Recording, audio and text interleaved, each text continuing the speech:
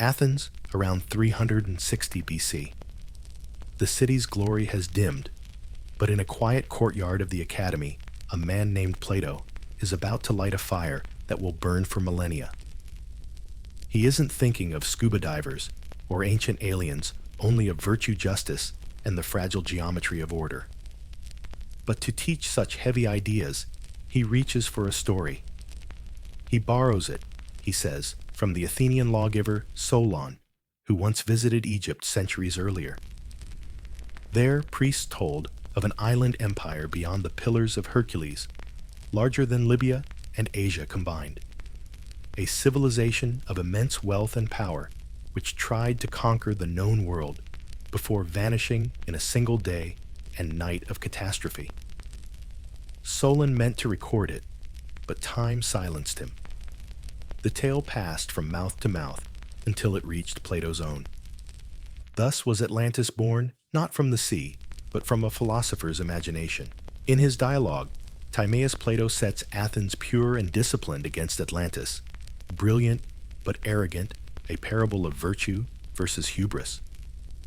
In Critias, he paints the island in dazzling detail, concentric rings of land and water bridges wide enough for ships' fields rich with harvest, and at the center a temple of Poseidon that gleams with gold, silver, and orichalcum, a metal said to shine like fire. The god's statue stands there in gold, his chariot drawn by 6 winged horses. Yet beneath the beauty lies warning. 10 kings, sons of Poseidon, and a mortal woman, rule under divine law, but wealth and comfort corrode their virtue. Plato's Athens had just survived its own collapse after the Peloponnesian War. His audience would hear the echo. Atlantis is not a mystery to solve, but a mirror held to the soul of empire. For Plato, the flood that swallowed the island was divine justice, not geology. He never urged anyone to seek it, only to learn from it. Even the grandest civilization sinks when it mistakes power for wisdom. Still, one imagines a student whispering, "So, was it real?" And Plato half smiling, letting the ambiguity hang. That faint uncertainty, the door left open, would become a doorway through which explorers, mystics, and dreamers would charge for centuries. And so, as the lamps burned low in Athens, a parable meant to teach humility began its long afterlife as humanity's favorite lost world. The sea outside was calm, but in the minds of Plato's listeners, waves were already rising, beginning a legend that would never drown. Imagine sailing west from the familiar warmth of the Mediterranean, your trireme creaking as the waves grow darker and the salt spray colder. Beyond the Strait of Gibraltar, the ancient Pillars of Hercules, the world drops into mystery. The Greeks called it the Atlantic Sea. They regarded as an outer darkness, the edge of maps.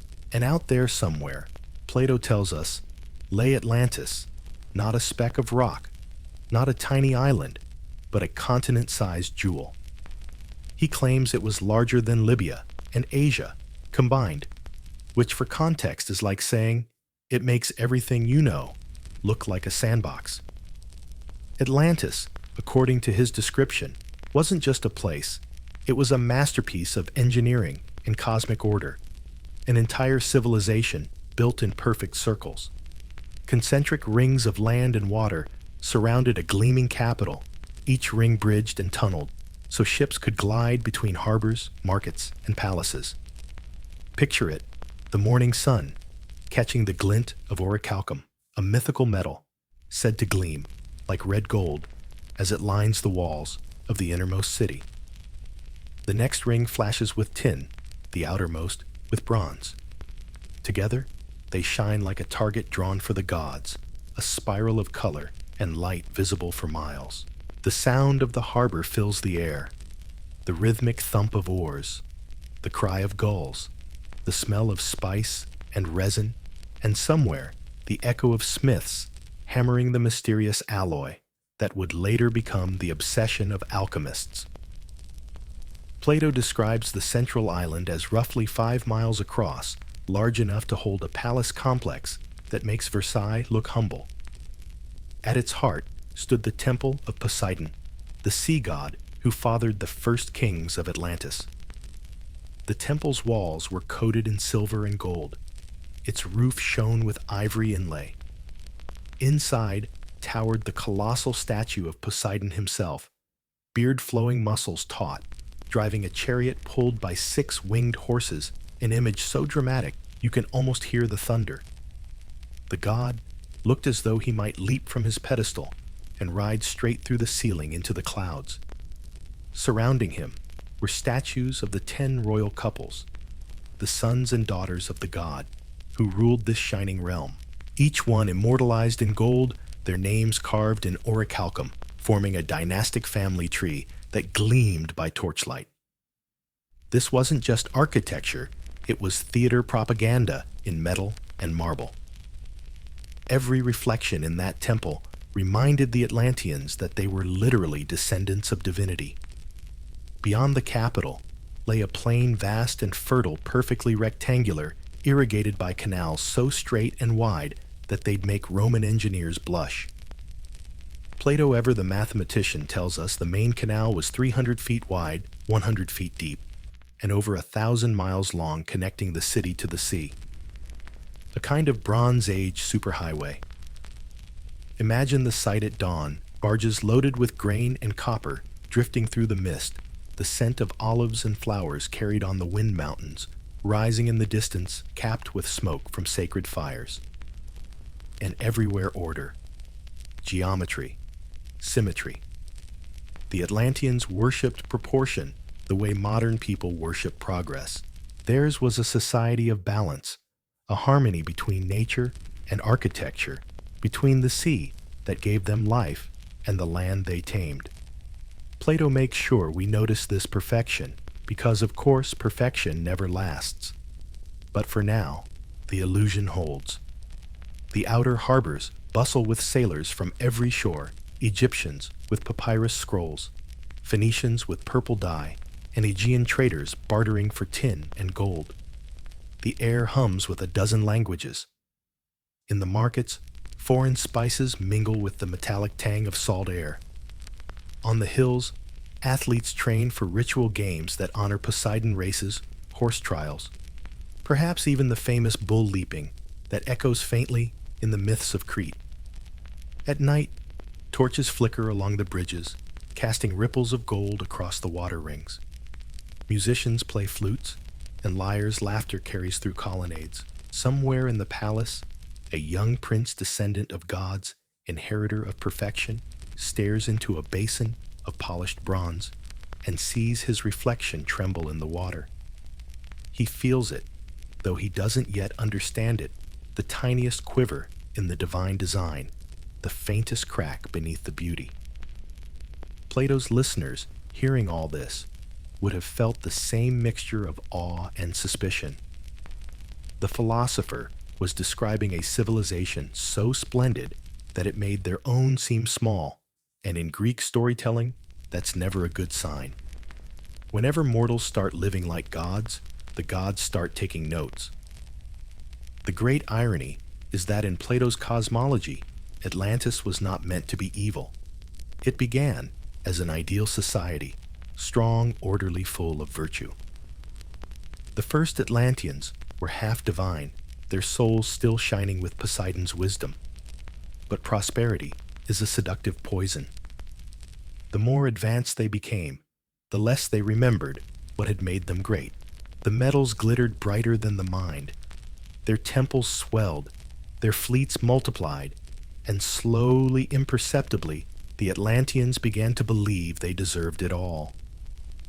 Plato doesn't describe the moment when pride turns to hubris, but you can sense it between his lines, the moment when the shining rings of Atlantis stop reflecting the heavens and start mirroring human vanity.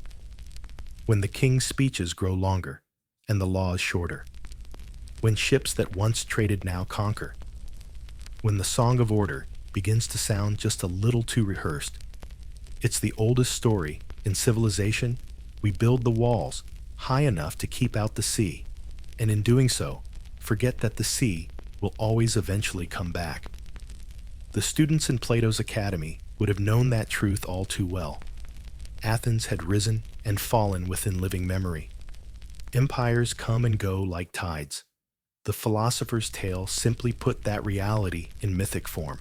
The island of rings, gleaming with metal and pride, was a mirror of every empire that ever existed, and every one yet to come. As the night deepened in Athens and Plato's words echoed through the torchlight, one can imagine the silence afterward, the uneasy recognition. Because the audience understood that Atlantis was not out there somewhere beyond Gibraltar. It was here in the human heart, forever circling between reason and desire, light and fire. And somewhere beyond the dark horizon, a faint rumble of thunder began the first whisper of the storm that would one day drag Atlantis down. The story of Atlantis, as Plato told it, was not simply about an island, it was about order. Everything in that shining realm had its rhythm, the tides, the seasons, the councils of kings.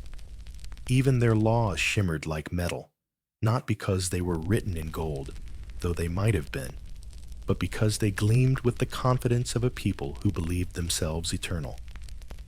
Poseidon, lord of the deep, had not left his children to chaos. When the god had fallen in love with Cleito, the mortal woman whose house stood on a green hill in the island's center, he encircled her home with rings of land and water safe from invaders. Their 10 sons, born of divine and human blood, became the founders of 10 royal houses. The eldest Atlas received the mountain at the heart of the island, and from his name, the whole land took its title, Atlantis, the island of Atlas. From that mountain, the Atlantean kings ruled their world. Each governed his own province, but they met regularly in the great temple of Poseidon, where the laws of the god were inscribed on a pillar of orichalcum, bronze gold, gleaming like fire in torchlight. On the appointed day, each king arrived with his retinue dressed not in war armor, but in ritual robes, bringing a single bull from his herd as an offering. Before the deliberations began, they hunted the bull with spears, barehanded, some said, on the sacred ground around the temple. When the beast fell, its blood was poured over the laws, and the kings swore oaths to keep the god's commands. It's a scene as ancient as myth itself, the balance between might and morality, blood and law. The kings sat together, deliberating disputes between their realms, judging crimes against divine order, and renewing their brotherhood. Every decision was unanimous, for in those early centuries, the sons of Poseidon were still half-gods themselves, just enough divinity in their veins to drown out the noise of ego. Their laws were simple, elegant, mathematical, reflecting Plato's idea of the ideal state. No one could wage war without common consent. No one could break the sacred harmony of the island by greed or expansion. Land was divided in just proportions. Resources were shared. The government, a blend of monarchy, aristocracy, and federal order, sounded suspiciously like the balance Plato wanted for Athens, a philosopher's dream hidden inside a myth. And then there was the army. Because harmony, as every realist knows, tends to require a sword. Atlantis had legions enough to fill the horizon, hundreds of thousands of infantry, cavalry, chariots, archers, and slingers. 60,000 commanders could call upon more than 1 million men, backed by a fleet of 1,200 ships. You can almost hear the creak of docks, the clang of bronze, the hum of sails unfurling across the sea. It was an empire made for expansion, disciplined, glittering, and uncomfortably self-assured. Their wealth fed their power, and their power fed their pride. The plains of Atlantis yielded 2 harvests a year, watered by rivers that flowed like clockwork through their rectangular canals. Aqueducts gleamed across the horizon, carrying water to every district. Their craftsmen mastered metallurgy beyond any known age, pulling orichalcum from the ground in such abundance that they lined temple ships, even furniture, with it.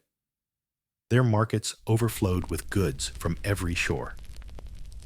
To an Athenian philosopher, it must have sounded like a dream, or a warning dressed as one. Because Plato, ever the moral architect, designed Atlantis not as paradise, but as a test. His listeners were meant to ask themselves, what happens when perfection forgets humility? When divine order becomes self-satisfaction? At first, the Atlanteans remembered their divine father. They ruled with justice, tempered their power, and honored Poseidon's laws. But generations passed, and the divine spark in their blood began to thin. Mortals married mortals, the god's voice grew faint, and what was left was ambition, sharp clever, and endlessly hungry. The kings, who had once met in unity, began to whisper in secret about glory. The fleets that had once patrolled for peace began to sail for conquest. Plato hints at the transformation with the subtlety of a dramatist. The island that had once mirrored the heavens began to mirror the world instead. They took gold from their neighbor's land, from the weak tribute from the unwilling. And somewhere in the temple of Poseidon, that gleaming pillar of orichalcum stood witness to broken oaths and forgotten laws. It's almost too easy to see the allegory. In Plato's day, Athens itself had followed a similar path from the humble democracy that stood against Persia to the imperial power that bullied its allies and called it order. The Atlanteans were Athens in mythic disguise, brilliant, proud, certain of their virtue until the gods decided otherwise. But for now, in the story's rising arc, Atlantis still glows. The empire's ships rule every sea, its wealth outshines the sun, its temples echo with hymns of gratitude and power. At dusk, when the bronze walls catch the last light, the island looks eternal, a civilization too perfect to fall. The story of Atlantis always begins in light and ends in thunder. You can almost hear the hush in Plato's academy as the philosopher leans forward, lowering his voice. And so he says, when the divine portion within them began to fade. That is the hinge of the tale, the moment when perfection begins to rot from within, quietly, beautifully, like fruit left too long in the sun. The Atlanteans, those gleaming sons of Poseidon, had once carried a spark of the divine in their blood. They were noble because they remembered their father's voice, the rhythm of justice and restraint that governed all creation. But generations passed, and that voice dimmed. Divine memory gave way to human appetite. They began to hunger for the glitter of gold more than the glimmer of wisdom. In the beginning, Plato says they were still of a nature that was unsullied and true. They dealt with each other, gently cared for their realm, and sought virtue more than wealth. But then, the divine element in them was gradually diluted. It's a chillingly modern sentence, one that could apply to any civilization after a few centuries of prosperity. The more they built, the less they remembered why they built. Atlantis grew not only rich, but restless. Its fleets spread across the world, turning trade routes into frontiers and frontiers into colonies. Their armies marched through North Africa, across the Mediterranean, even to the borders of Egypt and Italy, demanding tribute in the name of order. Their architects built monuments not to the gods, but to themselves. The spiral city became a mirror hall of ambition, each ring reflecting back a distorted image of power. Plato's moral geometry began to fold in on itself. The more perfect the shape, the more fragile it becomes. Some say the gods wept for what Atlantis had become. Others say they merely took notes. In the myth, it is Zeus who finally calls the divine council. From Olympus, he looks down at the shining island that once reflected divine order and now blazes with arrogance. And with the patience of eternity, he decides enough. Plato never finished Critias, the dialogue where the destruction should have been described. The text cuts off mid-sentence, as if the philosopher himself had grown silent at the brink. And Zeus, the god of gods who reigns by law, seeing a race once so noble fallen into such evil, desired to punish them. And then nothing. A blank space. A silence that lasts for thousands of years. Maybe Plato left it unfinished deliberately. Maybe he knew that no description could surpass the silence itself, that moment when perfection holds its breath before the plunge. Later storytellers filled in the gap: earthquakes, fire, and waves taller than temples. The night of destruction lasted one day and one night of misfortune. The sea swallowed the island whole, leaving behind only a shoal of mud and a memory. Sailors, Plato says, avoided that region ever after. Their ships found no depth, only choking silt where the proud continent had been. And yet, even as the sea closed over Atlantis, the idea refused to drown. Because what Plato created wasn't just a parable, it was an emotional equation. A civilization too perfect to last destroyed in a single heartbeat. A people who mistook prosperity for virtue and whose own brilliance blinded them to the edge of the abyss. It's no coincidence that every empire since has seen itself somewhere in those waves. Rome saw it. The Victorians saw it. We still see it scrolling through the news and wondering whether we've traded our divine portion for convenience and speed. Plato's story endures because it feels like a prophecy disguised as nostalgia. But back in 360 BC, the point wasn't prophecy, it was philosophy. Plato's real genius was in turning politics into myth. To his students, the fall of Atlantis was a thought experiment. What happens when a society built on divine reason loses its anchor in virtue? His answer was both cosmic and intimate.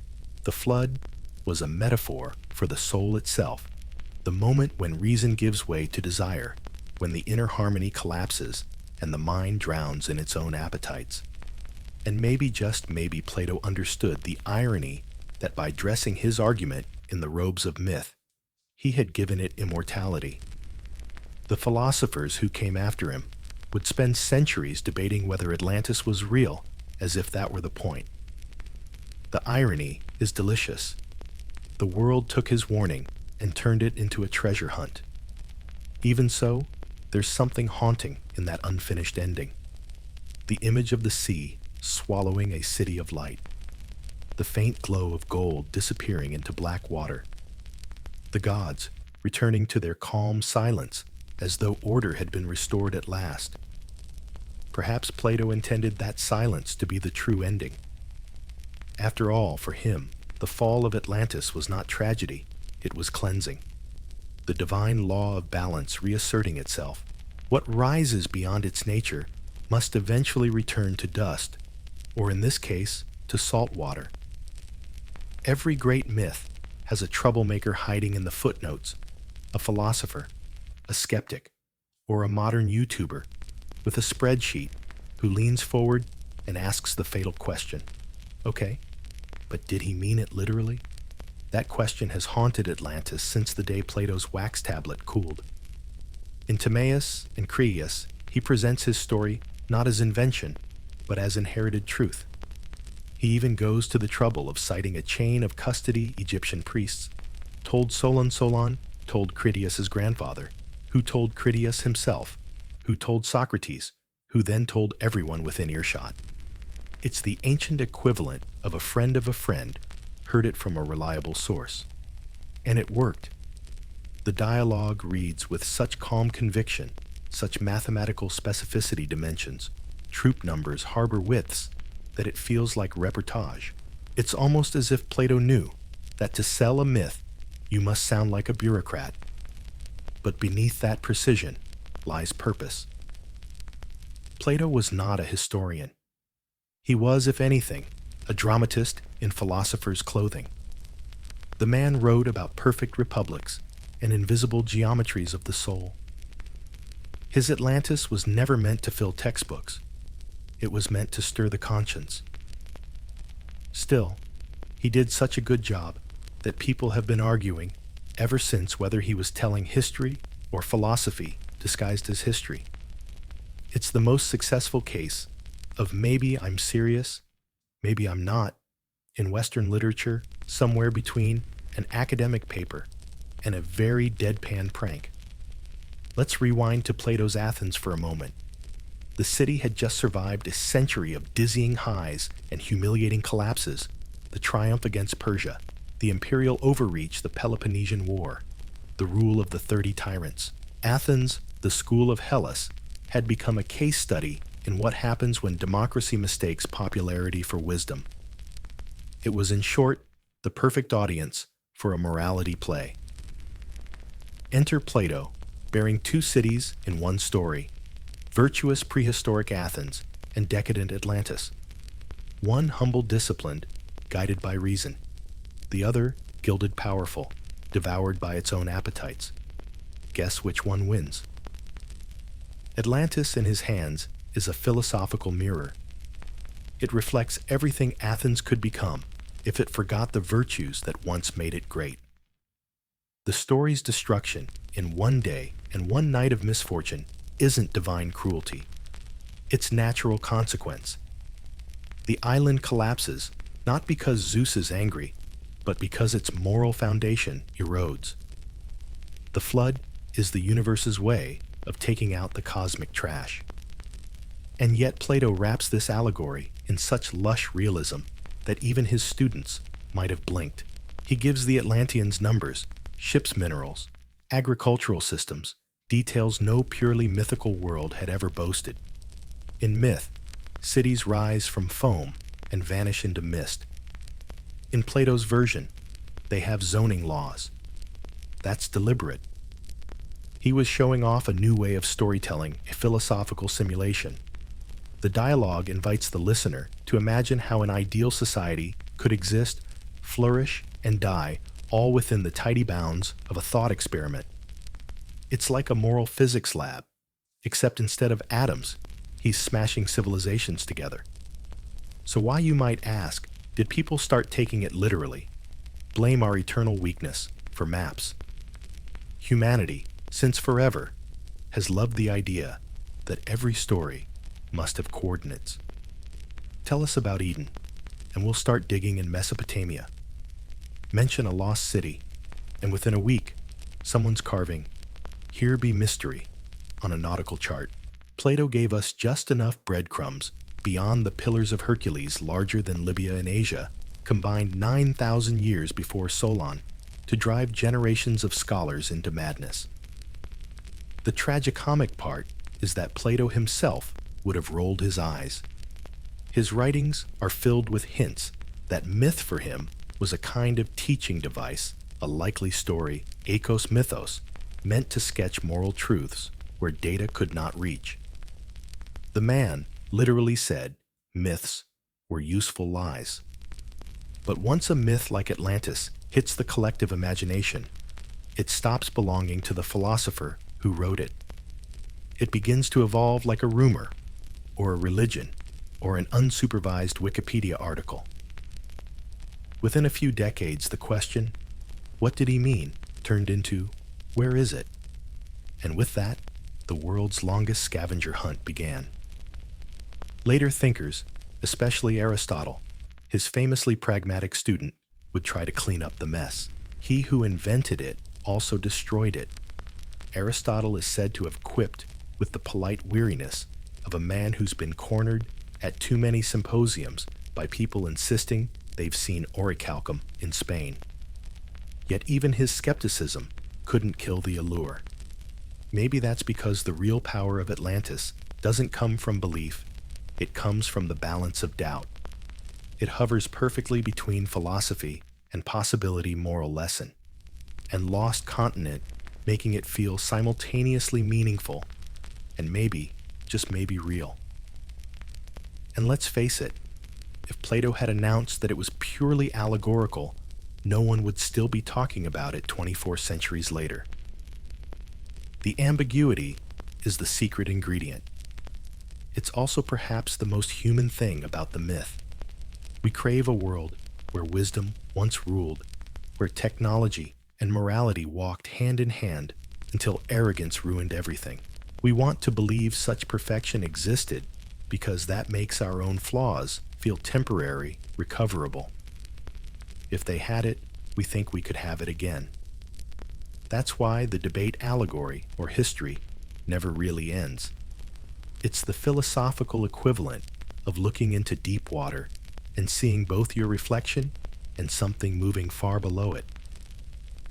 Plato, sitting under the olive trees, could not have imagined that his elegant moral fable would one day fuel archaeologists, mystics, conspiracy theorists, and movie studios alike. He just wanted his students to think about justice. Instead, he gave the world its favorite ghost continent. And as the centuries rolled forward, the question he never answered, was it real, would become a compass needle pointing through every era of curiosity to come. It didn't take long for someone to raise an eyebrow. Every philosopher eventually meets his fact checker, and for Plato, that man was Aristotle. Aristotle had been Plato's student, yes, but also his quiet, pragmatic counterweight. Where Plato saw the world in ideals and symbols, Aristotle preferred fossils, specimens, and data. Plato looked to the heavens and saw forms. Aristotle looked to the dirt and saw evidence. So when word reached him that his old master had described a vast island empire, larger than Libya and Asia combined, that vanished overnight, he didn't grab his sandals and rush to the harbor. He sighed. The man who invented it also destroyed it, Aristotle is reported to have said. Short-cutting and quintessentially Aristotelian, a polite ancient way of saying he made it up people. For Aristotle, Atlantis wasn't a lost world. It was a lost cause. He believed Plato's story was an elegant teaching device, not a secret history. A moral fable dressed in the trappings of geography. After all, Aristotle had a nose for allegory disguised as scholarship. He'd studied under the best, and yet that single line of dismissal didn't kill the myth. It only baptized it in skepticism, which is almost as immortal as belief. Other thinkers of the era quietly sided with Aristotle. Historians like Herodotus, who had cataloged half the known world and still found time to gossip about flying serpents in Arabia, never mentioned anything resembling Atlantis. Thucydides, meticulous chronicler of the Peloponnesian War, didn't whisper a word about an ancient sea empire challenging Athens. If the story had truly been a cultural memory, it would have surfaced somewhere else. But it didn't. Even the geographer Strabo, writing centuries later in the age of the Roman Empire, rolled his eyes at the logistics. He pointed out quite reasonably that if Atlantis had been larger than Libya and Asia combined, someone would have noticed. The Atlantic Ocean, he reminded his readers, had been explored by Greek and Phoenician sailors. No bottomless mudfields blocked their ships as Plato claimed. The world Strabo implied was still intact, thank you very much. But if Plato's narrative was so easily dismissed, why did it survive when hundreds of other Greek myths sank into obscurity? The answer lies in what philosophers never quite admit aloud, that doubt is the best form of advertisement. Aristotle's scorn made Atlantis more tempting. His students, those bright, restless minds, who would go on to fill the Mediterranean with libraries and laboratories, couldn't resist the forbidden allure of a story too strange to be true. The idea that somewhere beyond the limits of known maps, a vast empire had risen and fallen before recorded history, it was irresistible. Besides, there were gaps in the record. Egypt's priests, the supposed keepers of Solon's story, had left behind walls covered in hieroglyphs of floods and gods and vanished ages. Couldn't one of those half-erased tales have inspired Plato? Could the philosopher have embroidered a kernel of truth into moral myth? The early skeptics argued endlessly about this. Some tried to rationalize the geography, others the timeline. One follower of Plato, Crantor, went full detective. Around 300 BC, he claimed he'd seen the very Egyptian scrolls that described Atlantis, and that Plato's story was in fact true. It was a scholarly, I know a guy argument, but it was enough to keep the embers glowing. The next few centuries became a tug of war between belief and disbelief. For every Aristotle rolling his eyes, there was a Crantor insisting, "No, seriously, I saw the receipts." The debate wandered through the Hellenistic world, down into Rome, and out the other side, mutating each time it was retold. But even the skeptics couldn't deny one thing: Plato had written his myth too well. His specificity, the exact lengths of canals, the shining metals, the counsels of kings, gave the story a realism that myth usually lacks. It was too orderly to be dismissed, too moral to be ignored, too haunting to forget. And so while philosophers debated, poets took note. The idea of a golden civilization, undone by arrogance, seeped quietly into the bloodstream of Western imagination. Atlantis became shorthand for lost wisdom, for the tragic symmetry of rise and fall. Even Aristotle, for all his empiricism, couldn't extinguish that archetype, because beneath his rational veneer, he too believed in order and balance, just not in the kind you could lose to a tsunami. To him, Plato's flood was metaphorical civilization's fall, when they violate natural law, not when Poseidon throws a tantrum. That distinction, moral collapse versus physical cataclysm, would echo through the next 2 millennia of Atlantis interpretation. Was it a real flood, or just a spiritual one? A geological event, or a philosophical warning? Every era would answer that question in its own language. In time, Aristotle's skepticism would become the blueprint for the rational world, the one that demanded proof, not poetry. But even as science advanced, something in humanity refused to let the myth go. Because reason, for all its clarity, can never quite replace wonder. And wonder was exactly what Atlantis promised: a hint that the world still held secrets, that the gods hadn't yet told us everything. By the time Christianity rose to dominance in the ancient world, the scrolls of Plato had already begun gathering dust on forgotten library shelves. Yet one story refused to stay quiet, the one about an island that had drowned for its sins. For early Christian thinkers, Plato's Atlantis was both a temptation and a problem. On one hand, it was too good a moral parable to ignore a civilization destroyed for its pride that fit perfectly with the biblical theme of divine justice. But on the other hand, it came from a pagan philosopher, and far worse, it dated humanity to an age far older than the book of Genesis allowed, 9,000 years before Solon, that placed Atlantis roughly 7,000 years before Adam and Eve even picked the wrong fruit. For theologians trying to build a timeline of sacred history, that was awkward to say the least. And so, as early Christianity spread through the Mediterranean, the lost island found itself drafted into theological service, reshaped to fit the story of God. Clement of Alexandria, writing around the year 200 AD, took the diplomat's approach. A man of both philosophy and faith, Clement didn't want to throw out Plato entirely after all the church had borrowed plenty from him already. So he reasoned that Plato must have been working with bad data. The Egyptians, he argued, probably miscounted their years, confusing lunar cycles for solar ones. That would make Atlantis only a few thousand years old, neatly sliding it back into the biblical timeline. Problem solved, or at least postponed. Augustine of Hippo, perhaps the sharpest mind of late antiquity, took a cooler stance. He admired Plato's reasoning, but had no patience for speculative geography. In The City of God, Augustine praised the philosopher's moral insight, but dismissed his history. Atlantis, to Augustine, was an allegory of sin and collapse, not a literal pre-flood civilization. Let us seek the eternal city, he wrote, not the one swallowed by the sea. For him, the ocean that closed over Atlantis was simply the metaphorical flood of human pride. Still, others found the story irresistible.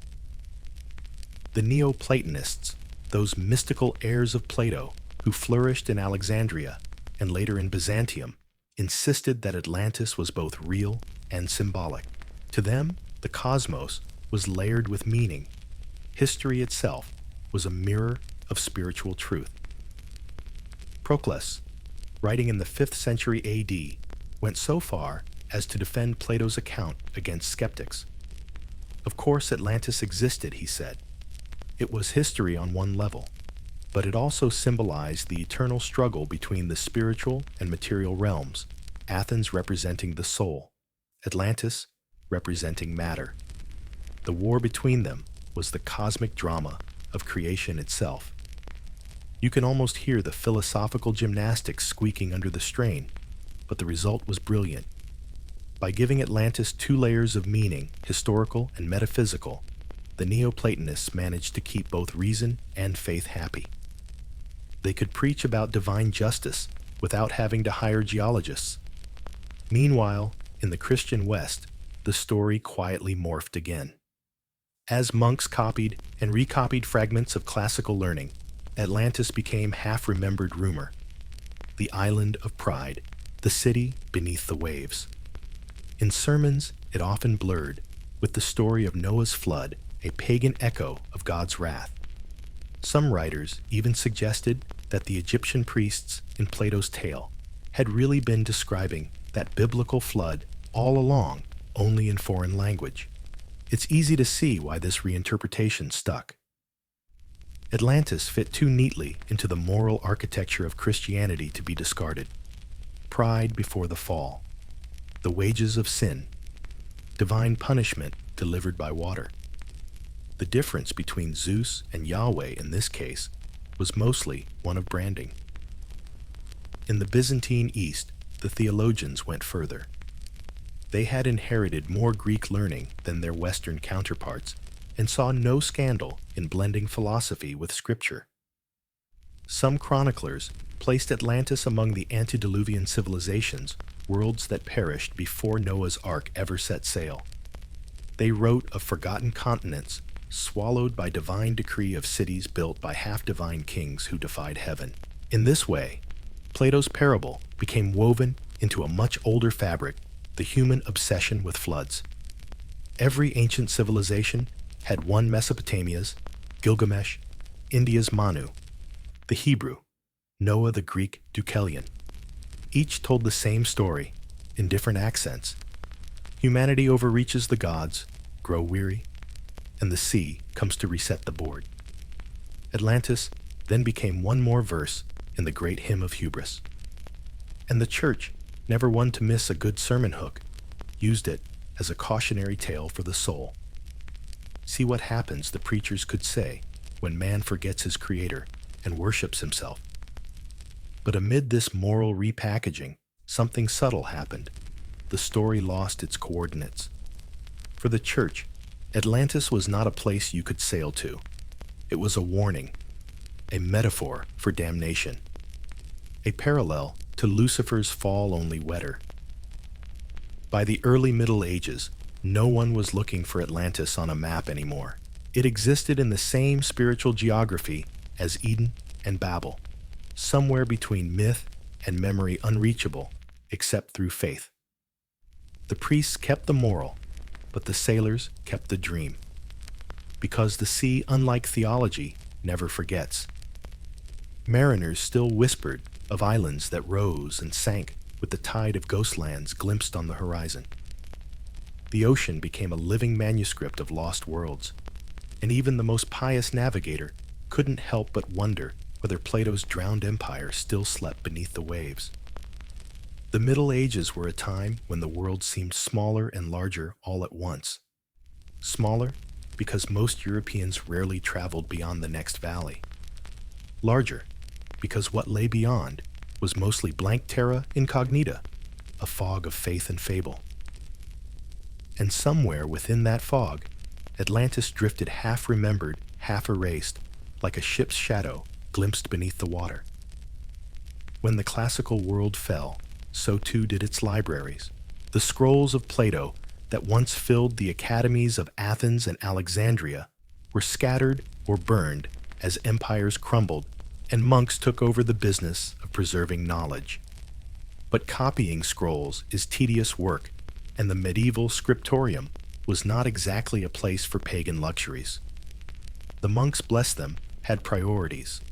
The Bible first, Aristotle second, maybe Augustine, and if time permitted, the occasional bit of Latin poetry.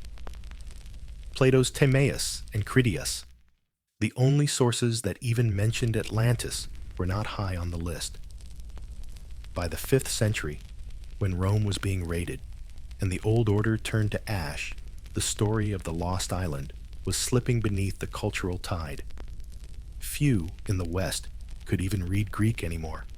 The words that once conjured shining rings of metal and canals now sat silent in a language no one could understand. Europe forgot how to read its own dreams. And yet the memory didn't vanish completely, it just changed form. Legends of sunken cities never stopped circulating. In Celtic lands, bards sang of Lyonesse, a fertile kingdom swallowed by the sea off the coast of Cornwall. In Brittany, they told of Wise, a city so beautiful it tempted even God to jealousy, and so corrupt it was drowned for its sins. In the north, the Norse spoke of lost Vinlands and islands that appeared and vanished like mirages. Atlantis had melted into folklore, reincarnated under new names, but carrying the same moral hubris always sinks. Meanwhile, in the east, the flame of learning still burned. The Byzantine Empire, that glittering continuation of Rome, preserved many Greek texts long after the Latin West had forgotten them. But even there, interest in Plato's dialogues waned. Christianity's long shadow fell over philosophy, and theologians mined Plato for metaphysics, not for myths. The Timaeus was read for its cosmology, its account of how the world's soul was created, not for the story of an island that drowned in pride. Critias was almost never copied at all. Its ending, abrupt, unfinished, didn't help. The myth that had once lectured Athens on virtue now lay silent under piles of parchment. In the dim candlelight of medieval scriptoria, monks occasionally came across partial Latin translations of Timaeus, and there in the margins one might find a tantalizing fragment about a great island beyond the Pillars of Hercules. Most probably read it and shrugged. There were, after all, more pressing mysteries, like how many angels could dance on the head of a pin. And so, for nearly 1,000 years, the West lived in a world without Atlantis. When medieval scholars did think about the deep past, they thought in biblical terms: the flood of Noah, the Tower of Babel, the Garden of Eden. Time began around 4000 BC. Anything older was impossible. The earth was young, the seas had been commanded by God, and there was no room in the sacred timeline for a vanished pagan superpower. Yet ironically, the same worldview that erased Atlantis also prepared the ground for its resurrection. The medieval imagination was obsessed with lost worlds. Paradise Eden, the Holy City, the New Jerusalem. Pilgrims dreamed of lands at the edges of the earth, where miracles still happened, where saints slept beneath glass domes, where heaven touched the sea.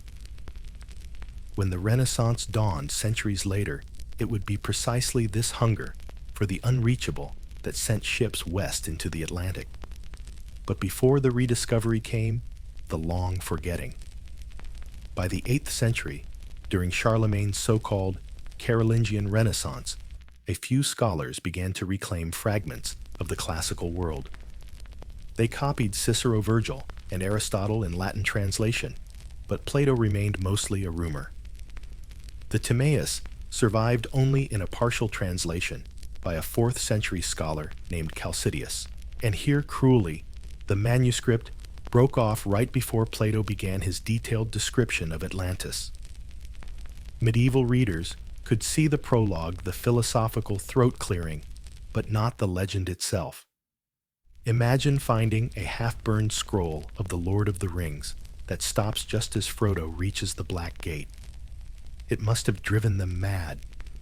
Still, that fragment was enough to plant seeds. It kept Plato's name alive, even if his stories were ghosts. Thinkers like Isidore of Seville, medieval Europe's great encyclopedia compiler, mentioned Plato in their lists of wise ancients. But to them, he was an echo, not a living voice.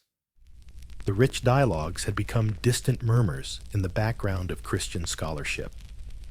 Meanwhile, the sea continued whispering its own legends. Mariners' charts of the North Atlantic, drawn more from rumor than observation, teemed with phantom islands, Brazil St. Brendan's Isle Antilia, the island of 7 cities. To a medieval sailor, the ocean was an animate thing full of secrets and moods. Each voyage carried the faint possibility of encountering the remains of some forgotten age, some drowned world that had fallen from grace. They didn't call it Atlantis, but the dream was the same. And then came the great closing of the curtain. In the 10th and 11th centuries, as Viking raids and feudal wars tore Europe apart, the last scraps of classical learning retreated into monasteries. The story of Atlantis was by then little more than a rumor preserved in footnotes. For nearly 500 years, it slept.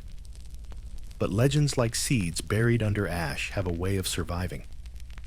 In the East, scholars in Constantinople quietly kept copying Greek manuscripts, including Plato's dialogues.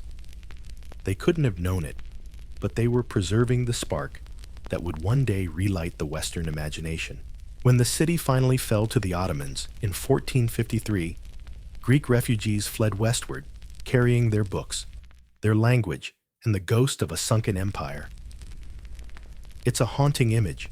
Monks clutching scrolls, scholars fleeing by boat, the treasures of the ancient world hidden under robes as ships crossed the dark Aegean toward Italy. Among those manuscripts were complete versions of Timaeus and Critias, the first to reach Western Europe in 1,000 years. And with them, the waves began to stir again. To the human mind, rediscovery always feels like resurrection. When those long-forgotten pages were unrolled in Florence a few decades later, the Renaissance scholars could hardly believe what they were reading. A lost civilization, a war against Athens, a cataclysm that swallowed an island whole. It sounded like a prophecy written for their own age, a mirror of their hunger to recover lost knowledge, lost art, lost glory. Atlantis had slept for a millennium beneath the sands of oblivion. Now, as Europe's painters, poets, and explorers looked outward again, the myth rose like the morning sun over a reborn world. When the Byzantine capital of Constantinople fell to the Ottoman Turks in 1453, something strange happened. 1,000 years of Greek civilization, thought to have vanished behind the veil of the East, came flooding back into Europe, literally in the form of scholars fleeing westward with armfuls of manuscripts. They arrived in Venice, Florence, and Rome, carrying texts that the Latin West hadn't seen in centuries: Euclid, Ptolemy, Sophocles, and yes, Plato. Among the treasures was a fragile set of dialogues few people in Europe even knew existed: Timaeus and Critias. For nearly a millennium, Plato's myth of the lost island had been as dead as its supposed inhabitants. Now it was reborn in the candlelit studies of Renaissance Italy, and it could not have chosen a more receptive century to come back to life. The 15th century was drunk on rediscovery. Humanists believed they were reviving the golden age of Greece and Rome, the rebirth of philosophy, art, and science after the long medieval night.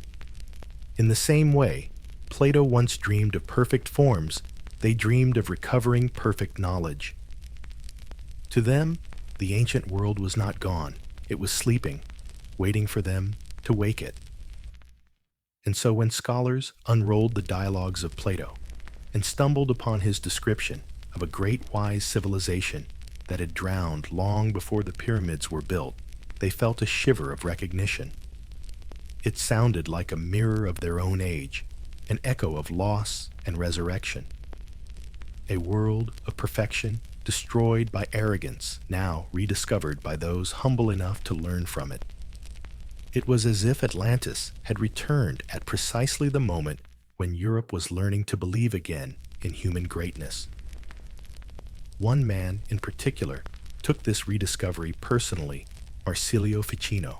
In Florence, under the patronage of Cosimo de' Medici, Ficino undertook one of the most ambitious projects in European history, the full translation of Plato's works into Latin. He finished around 1484, his pen trembling with reverence. For the first time in more than 1,000 years, the West could read Plato in its own tongue. Ficino's translation didn't just resurrect the dialogues, it baptized them. A devout Christian, as well as a philosopher, he believed that Plato's ideas were compatible with divine revelation. The Greek sage, Ficino argued, had glimpsed truths later fulfilled in Christianity. Thus, when Plato described Atlantis, a civilization destroyed by its own moral decay, Ficino read it not as a pagan myth, but as a moral sermon written by the hand of Providence itself. To him, the drowned island was a symbol of what happens when humanity worships matter over spirit, wealth, over wisdom. In other words, it was not so different from the world of Florence's bankers and princes. Ficino's circle poets, artists, thinkers, saw themselves as heirs to ancient wisdom, reviving the harmony that Atlantis had lost. But not everyone stopped at allegory. Renaissance Europe was also the age of explorers, the first generation since the Bronze Age to sail confidently beyond the map's edge. In 1492, barely a decade after Ficino's translation was complete, a Genoese navigator named Christopher Columbus crossed the Atlantic and stumbled into a new world. It was a cosmic coincidence too tempting to ignore. Plato had said Atlantis lay beyond the Pillars of Hercules, larger than Libya and Asia combined in the Western Ocean. And now suddenly, there was land there, vast, mysterious, full of unknown peoples and golden cities. To many, the conclusion was obvious. Columbus hadn't found a new world. He had rediscovered an old one. From Spain to Italy, scholars began drawing lines between Plato's island and the strange civilizations of the Americas. Hernán Cortés's letters from Tenochtitlan described a city built on canals surrounded by shimmering waters and causeways, a vision eerily reminiscent of Plato's concentric rings. Francisco López de Gómara, a Spanish historian, declared it outright: the Aztecs were the descendants of the Atlanteans, and the New World was the Old World reborn. You can almost hear the quills scratching feverishly across parchment scholars reinterpreting Egyptian priests as proto-historians of the Americas, the Atlantic Ocean, as the Caribbean, and Plato's orichalcum as the gold of the Inca. The New World was the Old World resurrected proof that divine cycles of rise and fall governed all history. The idea spread like wildfire. Suddenly, Atlantis was no longer a moral fable, it was a map, and it made emotional sense. The Renaissance was an age of yearning, of rediscovery. To the people of the 15th and 16th centuries, who felt they were awakening from centuries of darkness, Atlantis was the perfect symbol, the civilization that once was and could be again. Even the Catholic Church, normally suspicious of pagan legends, found room for the tale. After all, if Atlantis had been destroyed for pride and godlessness, then its rediscovery by Christian explorers could be framed as divine redemption. The narrative practically wrote itself. The old world's fall had prepared the way for the new world's salvation. But beneath this theological veneer was something more human, a deep, almost guilty fascination with the idea of civilizations rising and falling like tides. To a Europe basking in newfound wealth exploration and invention, Plato's parable was both flattering and ominous. They saw in Atlantis both their reflection and their warning. And nowhere was this contradiction more vivid than in art. Renaissance painters obsessed with lost perfection began filling their canvases with ruins half swallowed by waves' golden cities fading into twilight. The motif of the sunken world became a visual shorthand for transience and divine retribution. Michelangelo's fresco of the flood in the Sistine Chapel, with its desperate figures clinging to rocks as waters rise, feels almost Atlantean in its grandeur and terror. The myth was back, only now it spoke in the language of cathedrals and compasses. From Ficino's study in Florence to the docks of Seville Atlantis became a symbol of everything the Renaissance both admired and feared: the pursuit of knowledge, the glory of human achievement, and the eternal risk that such brilliance might call down its own destruction. And in this strange, synchronistic moment, Plato's dialogues rediscovered, just as explorers pushed beyond the edge of the known world, the ancient philosopher's allegory achieved something close to immortality. In one hand, the scholars held Plato's parchment. In the other, the explorers held a compass. Between them lay the Atlantic wide and glittering, filled now with possibility. From that ocean would come not only gold and conquest, but also imagination. Over the next centuries, the lost island would drift further from philosophy and closer to adventure, becoming less a moral warning and more a question mark stamped on every map. Atlantis had been reborn, not as the conscience of civilization, but as its ghost. And as Renaissance humanism gave way to the feverish curiosity of the Enlightenment, that ghost would soon begin to haunt scholars, scientists, and dreamers alike. The age of discovery would not only redraw the world's geography, it would redraw the boundaries between myth and reality. Plato's Island, once a lesson about virtue, was about to become a prize to be found. When Columbus crossed the Atlantic in 1492, he didn't just change geography, he changed mythology. The Renaissance had given Europe back its appetite for wonder, and the discovery of the New World landed like a lightning bolt on a field of dry parchment. Suddenly, the Western Ocean that Plato had described wasn't an empty void anymore. It was real, filled with continents, cities, and civilizations no one in Christendom had dreamed of. And to a Europe steeped in Plato's newly rediscovered dialogues, there was only one conclusion to draw: they had found Atlantis. It sounds quaint now, but to 15th and 16th century minds, it made perfect sense. Plato had written that Atlantis lay beyond the Pillars of Hercules, larger than Libya and Asia combined. Well, here were immense new lands beyond the Straits of Gibraltar, jungles, mountains, and empires that seemed to stretch forever. The description fit as neatly as an allegory could wish for.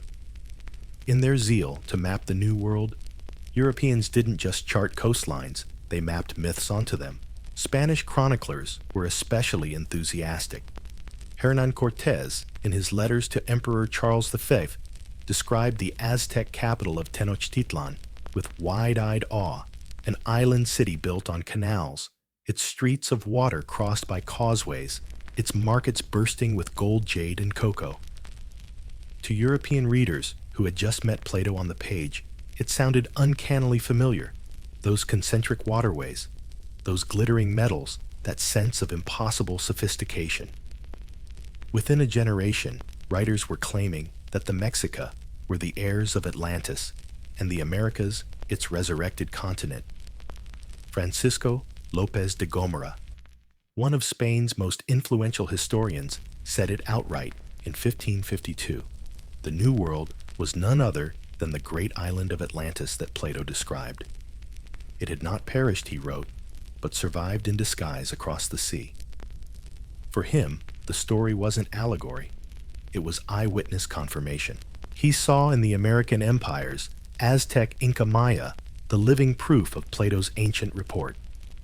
Their stone temples, their irrigation works, Their gold-laden rituals all seem to whisper the same thing: we've been here before. This was more than idle speculation. It gave the Spanish conquest a mythic dimension. If the Americas were the remnants of a fallen godless civilization, then their rediscovery by Christian explorers could be seen as a divine correction, a cosmic restoration. Atlantis, destroyed for its pride, had been found again so that it might be redeemed under the cross.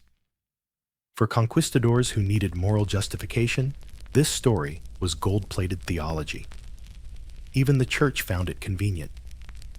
The New World, mysterious and ancient, fit neatly into the biblical frame when draped in Platonic cloth. After all, Plato's island had fallen to divine punishment for its arrogance. What better precedent for converting the new Atlanteans to humility and Christ? In sermons and pamphlets, the parallel was irresistible. The proud empire sunk by God, the humble Europeans sent to lift it from the depths. But not everyone saw Atlantis as moral parable. To others, geographers, philosophers, and poets, it was evidence that the ancient world had been far more connected than anyone guessed. The discovery of maize gold and pyramids across the ocean seemed to demand an explanation. How could civilizations separated by thousands of miles both build temples shaped like mountains, worship sun gods, and master stonework that defied explanation? To Renaissance scholars who still half believed in a single Adamic civilization at the dawn of time, the answer was obvious: diffusion. Everything came from one mother culture. Atlantis was the missing link. This idea, Atlantis, as the Ur civilization, became the intellectual bridge between myth and anthropology. It allowed thinkers to imagine history as a single line rather than 1,000 separate threads. In a way, it was a comforting theory. If all cultures had sprung from one source, then the world wasn't chaotic. It was a family fractured but related. And who better to reclaim that legacy than the new Romans of Europe? The idea flattered imperial ambition, while feeding genuine curiosity. It made conquest sound like archaeology. Cartographers joined the party. Early world maps by scholars like Sebastian Münster and Abraham Ortelius often tucked Atlantis, or its various aliases, Antillia, or Brazil Island, somewhere in the Atlantic, hovering conveniently between Spain and the Americas. On the map, myth and geography blended seamlessly. And once you printed a myth on paper, it gained a kind of bureaucratic legitimacy. Here the maps seemed to say, "Be not dragons, but Plato." The Atlantic itself became a stage for speculation. Every new island discovered, Canary, Azores, Madeira, was briefly declared to be a fragment of the lost continent. Sailors swore they'd seen ancient stone roads under the waves. Portuguese explorers whispered of half-sunken temples glimpsed through clear water. For a few fevered decades, the line between exploration and exorcism blurred. To cross the Atlantic was to sail through the ghost of Atlantis. Meanwhile, intellectuals in Europe turned the story into philosophy again, though with a Renaissance twist. Where Plato had written of moral decline, Renaissance thinkers preferred technological progress. The Atlanteans, they decided, must have been not only virtuous, but brilliantly inventive, the engineers of the ancient world. In an age when printing presses, telescopes, and gunpowder were transforming daily life, it was comforting to believe that someone had done it all before. The past wasn't a void, it was a rehearsal. You can feel the dual energy of the era, science rising, myth refusing to die. Columbus's voyage had proven that ancient geography was incomplete, but instead of killing legend, it supercharged it. The unknown corners of the map became an invitation for the imagination. Maybe the world was bigger than Aristotle thought. Maybe the ancients really had crossed the ocean. Maybe Plato's story, dismissed by centuries of scholars, was the one thing he got right. The flood of speculation reached its poetic height in the late 16th century, when writers began to merge the Atlantis story with older biblical and classical traditions. Some claimed the island had been the home of the Titans, others that it was the earthly paradise of Enoch.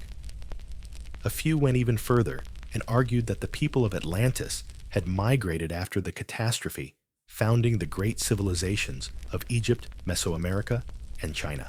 It was the birth of what we now call diffusionism, the idea that every great invention or art form must trace back to one lost source.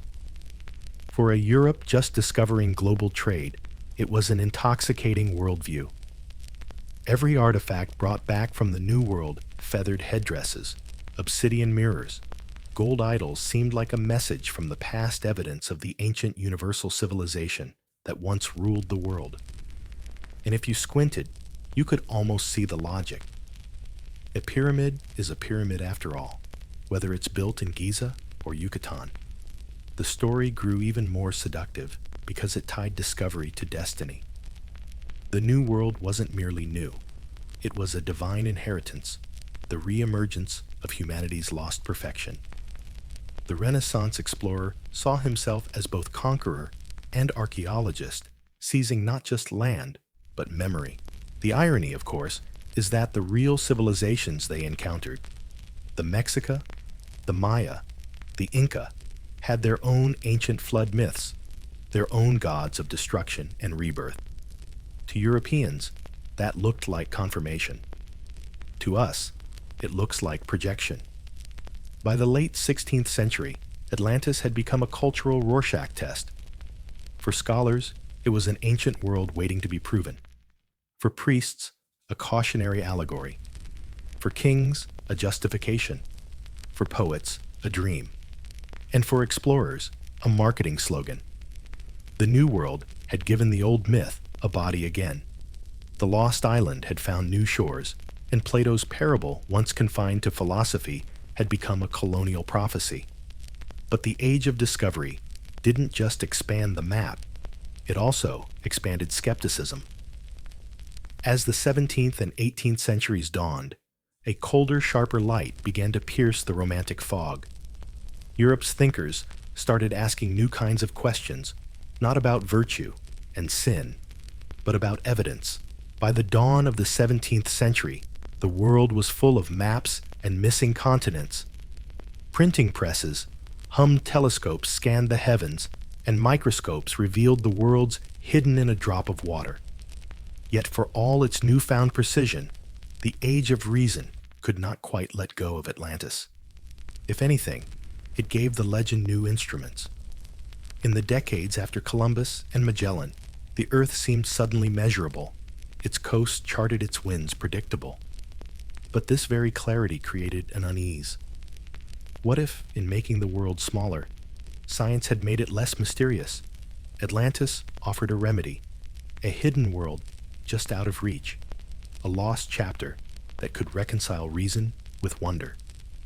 Enter Olaus Rudbeck, a Swedish polymath with a magnificent beard, a magnificent ego, and a truly magnificent theory. Between 1679 and 1702, he published 4 enormous volumes of Atland eller Mannheim Atlantis, or the homeland of man, in which he calmly declared that Plato's Atlantis was not in the Atlantic Ocean at all, it was Sweden. Rudbeck's reasoning, if we can call it that, was both audacious and poetic. He argued that the very name Atlantis derived from Atland, an ancient word for the north. The Pillars of Hercules, he claimed, were not the Strait of Gibraltar, but the straits between Denmark and Sweden. The shining metals, the concentric canals, the divine kings.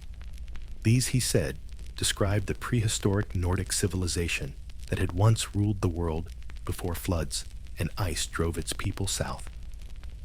His evidence was a blend of linguistics, archaeology, and national pride.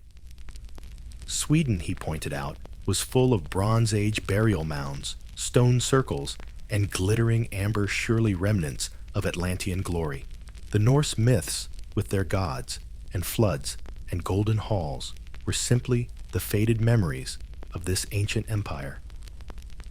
Even Greek and Latin, he claimed, were derived from the true language Old Swedish. It was a breathtakingly patriotic fantasy, a Renaissance philosopher king's dream translated into northern nationalism. Rudbeck's Atlantean Sweden made his homeland the cradle of civilization, the mother of all languages, the axis of world history, and the Swedes loved it. His massive folios were hailed as triumphs of scholarship. His theories filled court banquets with pride. For a moment, the icy north became the envy of Europe. Of course, the rest of Europe rolled its eyes. The German polymath Gottfried Wilhelm Leibniz politely admired Rudbeck's ambition, but noted that by his method, one could prove almost anything. "This is ingenious," he wrote, "but perhaps too ingenious." Still, the floodgates were open. If Atlantis could be Sweden, then it could be anywhere, and soon it was.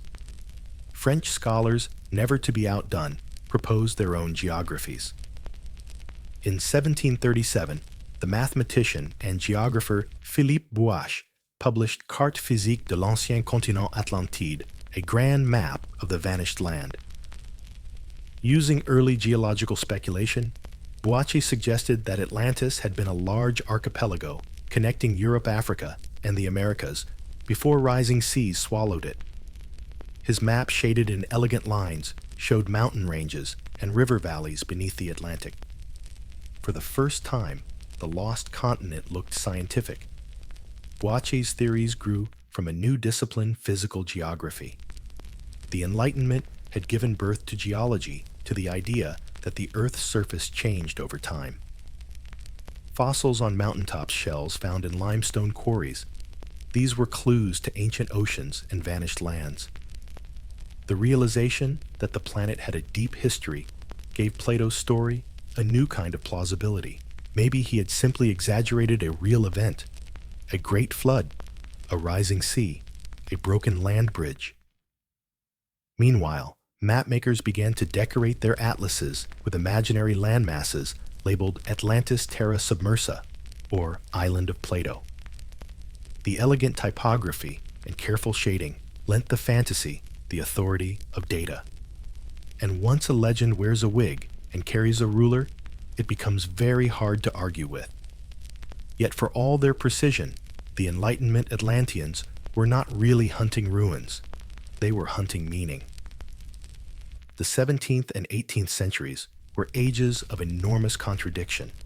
Faith versus reason, empire versus equality, discovery versus doubt. The myth of Atlantis offered a mirror for all of it. To the devout, it was proof that God had always punished arrogance. To the rationalists, it was an early case study in environmental catastrophe. To imperial powers, it was an allegory for their own destiny, a warning perhaps that global empires fall as easily as they rise. Voltaire, ever the skeptic, couldn't resist poking fun. In his essay, Sur les Mœurs, he dismantled Atlantis with surgical wit. If Plato's island was larger than Asia and Africa together, he quipped, surely a few fishermen would have noticed it. For him, the story was a parable for the gullibility of humankind, a philosophical hoax that had somehow outlived its punchline. And yet even Voltaire couldn't quite shake the fascination. In his dismissal, he gave the myth new life as a symbol of human credulity, a story about our own need to believe. At the same time, natural philosophers were beginning to flirt with the idea of catastrophism, the notion that sudden planet-wide disasters had shaped Earth's surface. Volcanoes, earthquakes, floods, these could erase entire regions overnight. To thinkers raised on the Bible and the flood, this made perfect sense. It also conveniently gave Atlantis a new geological excuse. Maybe the sea really had swallowed a continent.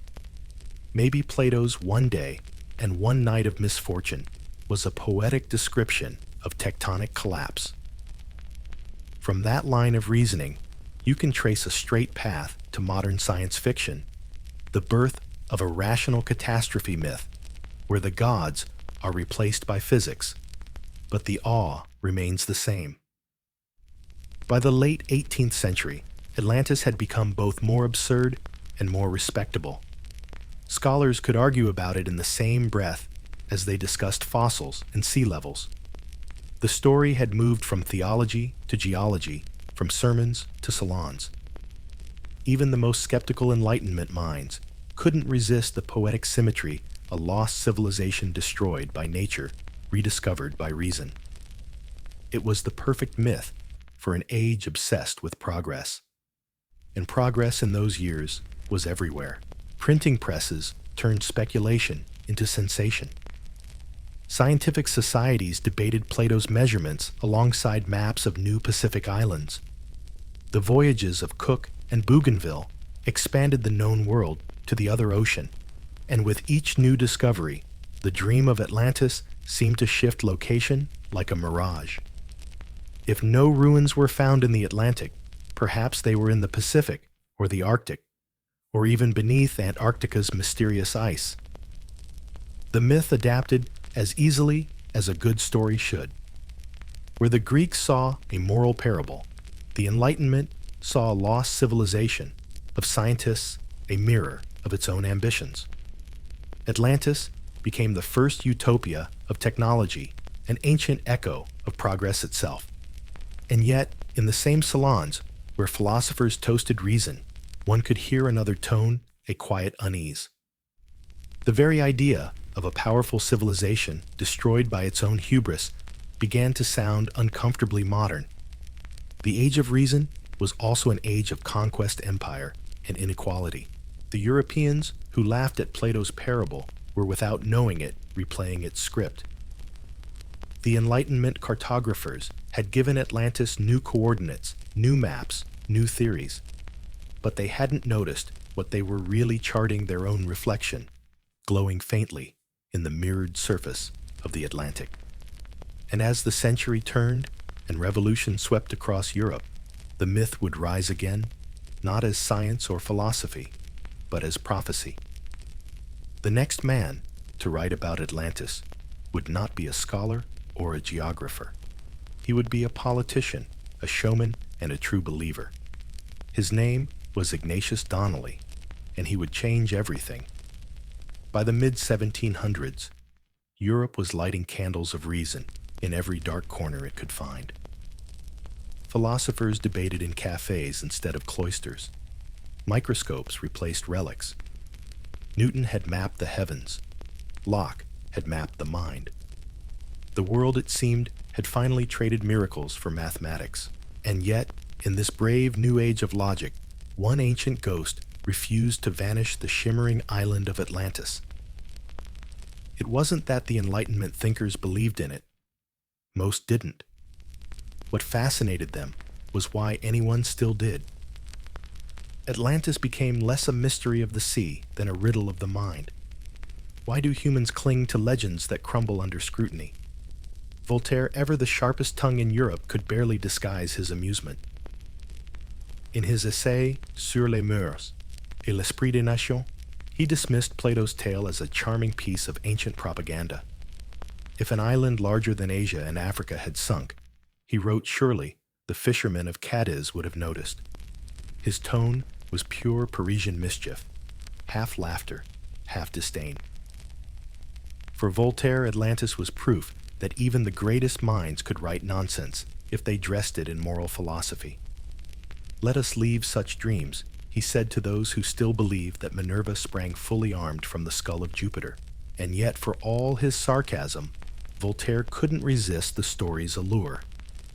He kept returning to it as an example of human folly, how even educated people fall in love with what ought to terrify them. The ancients invented Atlantis, he quipped, and we invent theories about it. His laughter, like all good laughter, hid unease. Across the channel, David Hume was asking quieter, more devastating questions. The Scottish philosopher had little patience for metaphysical myths, but he was fascinated by how such stories endure. In his Natural History of Religion, Hume argued that humans are pattern-seeking animals, born to find meaning in thunder, and morality in floodwaters. Atlantis to him was not about geography, but psychology, an eternal parable about civilization's anxiety over its own fragility. We imagine perfection, he wrote only to weep, when we discover it cannot last. Hume saw in Plato's tale a prototype for all moral collapse myths, the Tower of Babel, the fall of man, even the Enlightenment's own fear that knowledge might destroy innocence. Our reason is our flood, he warned, and our pride, the mountain it will cover. It's almost as though he heard beneath the hum of rational progress the faint rumble of approaching water. Meanwhile, Europe was busy conquering the globe. Ships circled Africa, explorers charted the Pacific, and telescopes measured the orbits of distant planets. Everywhere the horizon was receding, except in the imagination. For all the scientific precision, people still longed for the numinous, the lost, the almost real. And the more rational the world became, the more Atlantis glittered as its poetic opposite. In drawing rooms and salons, ladies and gentlemen who could quote Descartes still whispered about ancient cataclysms. Rousseau, ever the romantic counterpoint to Voltaire's cynicism, spoke wistfully of humanity's lost age of innocence. He didn't name it Atlantis, but the ghost was there. Civilization, he said, was progress wrapped in decay. Every triumph carried the seed of its undoing. It was Plato's moral geometry, rewritten for the 18th century. Even scientists flirted with the myth. The new discipline of geology was beginning to reveal that the Earth's surface was not static. Fossils of sea creatures appeared on mountaintops. Entire valleys showed signs of ancient floods. Maybe some reason Plato's story was a garbled memory of a real event, an early echo of natural disaster. The French naturalist Buffon suggested that the continents had once been joined and torn apart by titanic forces. Others speculated about sunken land bridges and world ages. It was a subtle shift belief in Atlantis, as metaphor gave way to curiosity about Atlantis as phenomenon. Could the myth preserve geological truth inside moral poetry? Could ancient memory encode the aftershocks of real cataclysms? The Enlightenment mind was torn between ridicule and intrigue. Scholars who mocked the credulous public still lingered on the details, those concentric canals, those glittering walls, as though trying to see what the ancients might have seen. And beneath all the arguments, a deeper tension was building, the fear that reason itself might be just another temporary island destined to sink beneath its own certainty. When revolutions erupted across Europe, that fear became metaphor made flesh. The 18th century ended not with quiet enlightenment, but with guillotines, chaos, and collapse. The rational utopia crumbled into its own kind of flood. To some, it felt as though Plato's warning had simply played out on schedule. The philosophers who had mocked the myth found themselves living inside one. As the smoke cleared and the 19th century dawned, Atlantis drifted back into fashion, but in a new form. The age of empires and railways wanted not moral lessons, but adventure. Where Voltaire had laughed, the Victorians would dream. In that next century of telescopes and telegraphs, one man would step onto the stage and give Atlantis back its substance. He wasn't a philosopher or a priest, but a populist, a man who believed that myth was history waiting to be proved. His name was Ignatius Donnelly, and he would turn Plato's parable into a bestseller, a cult, and a cultural contagion that still hasn't ended. But before Donnelly and the mystics could claim the legend, something important happened. Enlightenment skepticism had permanently changed the rules. Even those who believed in Atlantis now felt obliged to justify it scientifically. Gone were the days of Zeus and divine wrath. The new Atlantis would be rebuilt from geology, linguistics, and anthropology, real or imagined. It was the beginning of what we might call rational myth-making, that modern habit of using data to support desire. The scholars of the 18th century didn't believe Plato's story, but they taught later generations how to believe methodically with citations. By the century's end, the balance had shifted once more. The laughter of Voltaire faded into nostalgia. Hume's quiet warning about the flood of reason began to sound prophetic. The world, electrified by machines and revolutions, looked back on the calm perfection of Atlantis with wistful envy. The myth had survived not because it promised truth, but because it offered comfort. A golden civilization undone by pride. A reminder that progress has limits. A symbol that beauty once lost might one day return. For an age that had seen the lights of Paris flicker under revolution, such poetry felt truer than any map. And so, as the Enlightenment gave way to the industrial dawn, the island that never was began to rise again, this time, not as philosophy or theology, but as pseudoscience. In the hands of dreamers and demagogues, it would swell to continental size. They would claim it explained the pyramids, the flood myths, even the very origin of humanity. The skeptics had given Atlantis a paradoxical gift. By refusing to believe in it, they had made it immortal. The 19th century loved three things. Above all else, progress, mystery, and publishing. The Victorians were convinced that every question, scientific, spiritual, or historical, could be answered with enough study and enough paper. They built railways through mountains, wired telegraphs under oceans, and erected libraries the size of cathedrals. If knowledge was the new religion, then books were its miracles.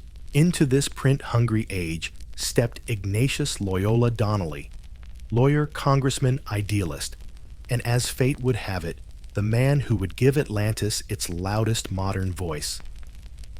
Donnelly was a creature of contradictions, a rationalist with mystical yearnings, a politician who lost faith in politics, a reformer who sought utopia, not in the future, but in the past.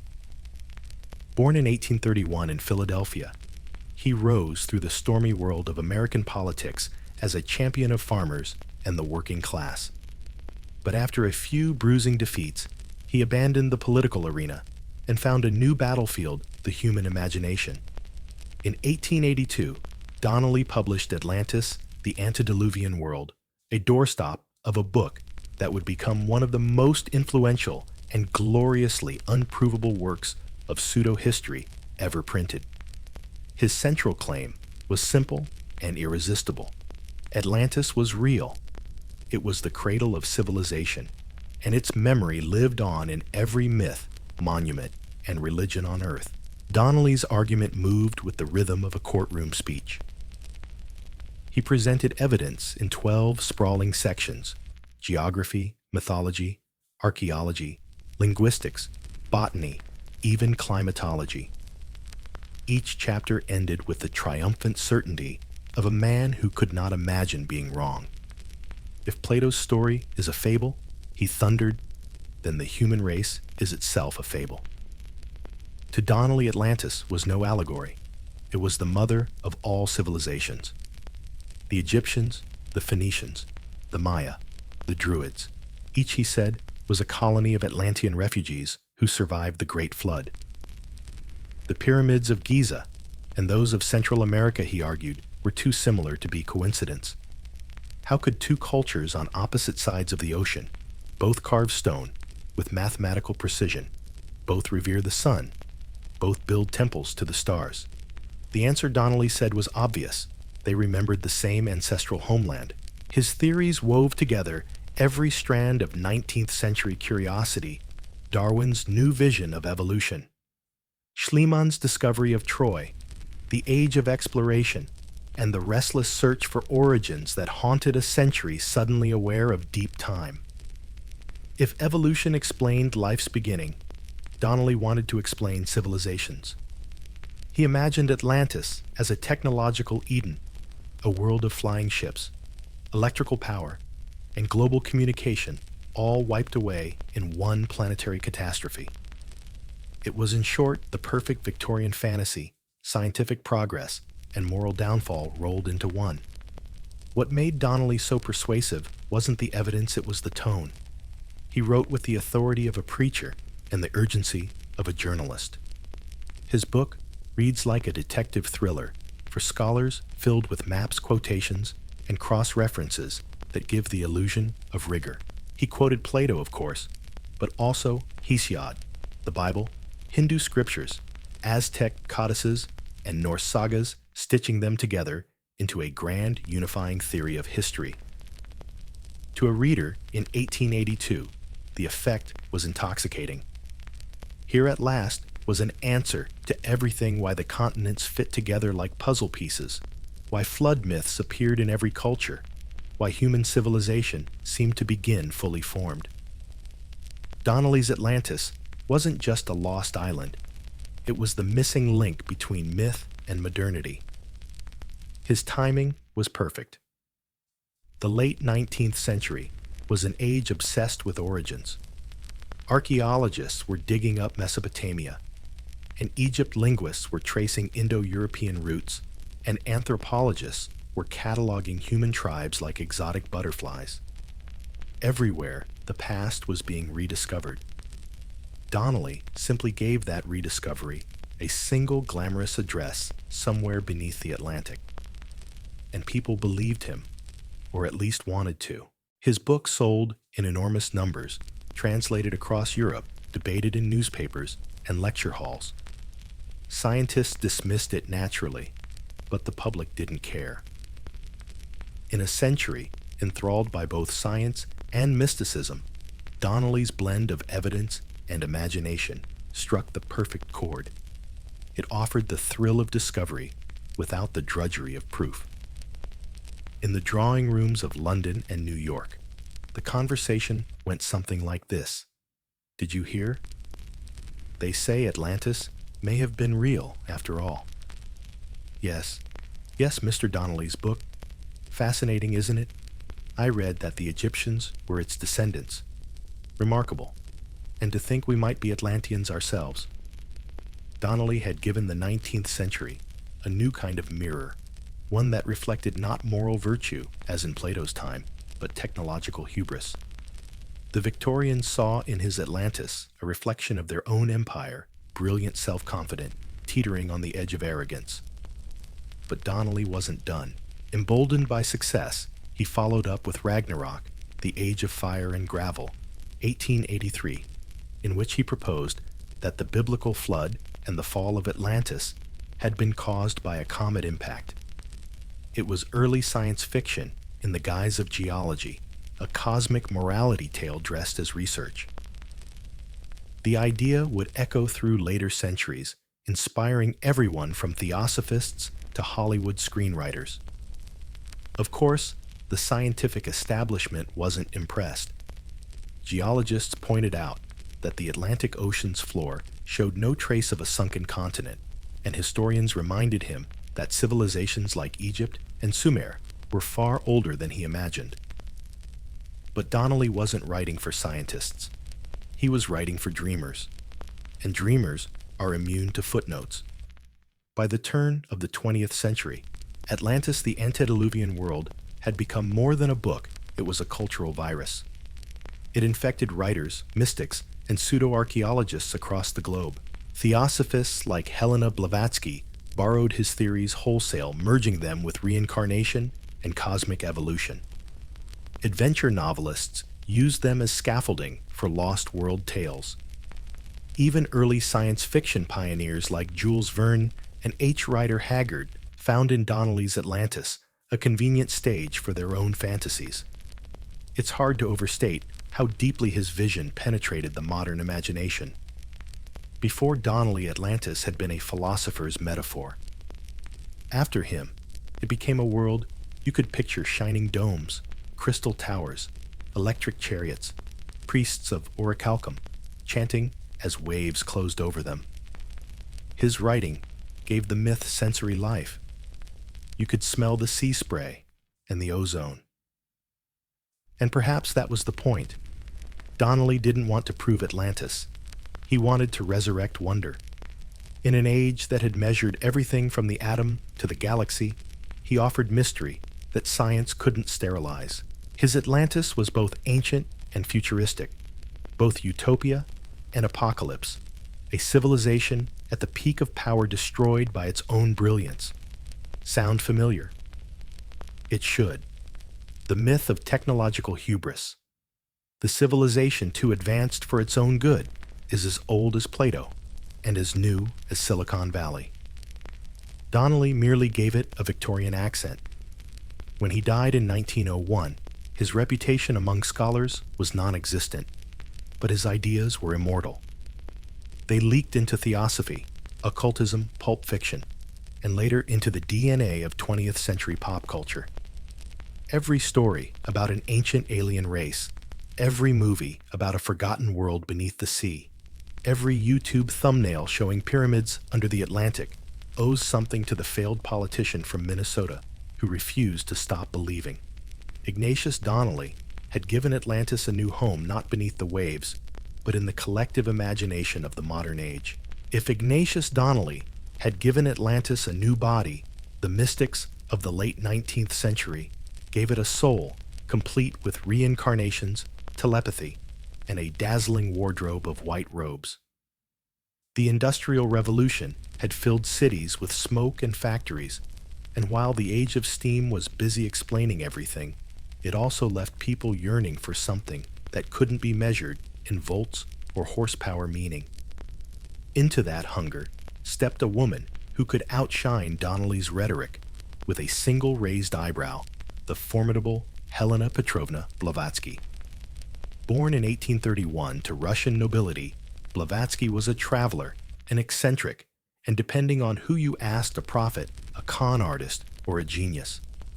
She founded theosophy, a sprawling belief system that blended Hindu cosmology, Western mysticism, Egyptian lore, and generous helpings of Plato. Where Donnelly had searched for Atlantis in geography, Blavatsky searched for it in the spirit. Her magnum opus, The Secret Doctrine 1888, reads like scripture, written by a novelist in a trance. In it, she presents the story of humanity as a vast evolutionary pageant guided by divine forces divided into epochs she called root races. Each race, she claimed, represented a stage in humanity's spiritual development, from ethereal astral beings to modern physical humans. Somewhere between these cosmic chapters lay Atlantis. To Blavatsky, the Atlanteans were not just another lost people. They were the fourth root race beings of immense psychic power and advanced technology who had mastered energies modern science could only dream of. They could manipulate matter with thought, communicate across oceans without words, and harness crystals to channel planetary forces. In short, they were everything the Victorians secretly hoped to become, minus the top hats. But there was, of course, a catch. The Atlanteans fell, she warned, because they turned their gifts to selfish ends. They used psychic energy for domination, corrupted their spiritual wisdom, and unleashed forces that fractured the very earth. Sound familiar? It was Plato's moral geometry, reimagined as cosmic soap opera, the divine spark drowned in its own hubris. In Blavatsky's world, Atlantis wasn't a place you could dig up. It was a memory encrypted in the soul.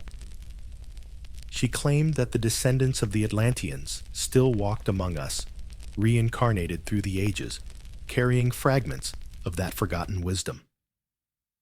Her followers understandably began checking their past lives for water damage, and people believed her.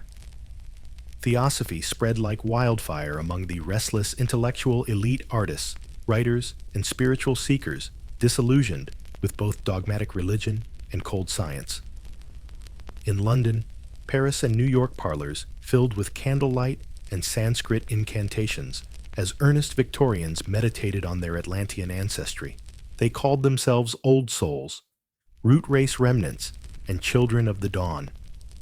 Blavatsky's writings arrived at the perfect moment. Darwin's theory of evolution had upended humanity's sense of uniqueness, and the idea of descending from apes bruised Victorian egos. Theosophy offered a flattering alternative. Humanity wasn't descended from animals, but from gods. Atlantean gods, no less, whose fall from grace explained our current imperfection. Evolution, in Blavatsky's cosmology, wasn't biological. It was karmic. It was, of course, wildly unscientific, but seductively so.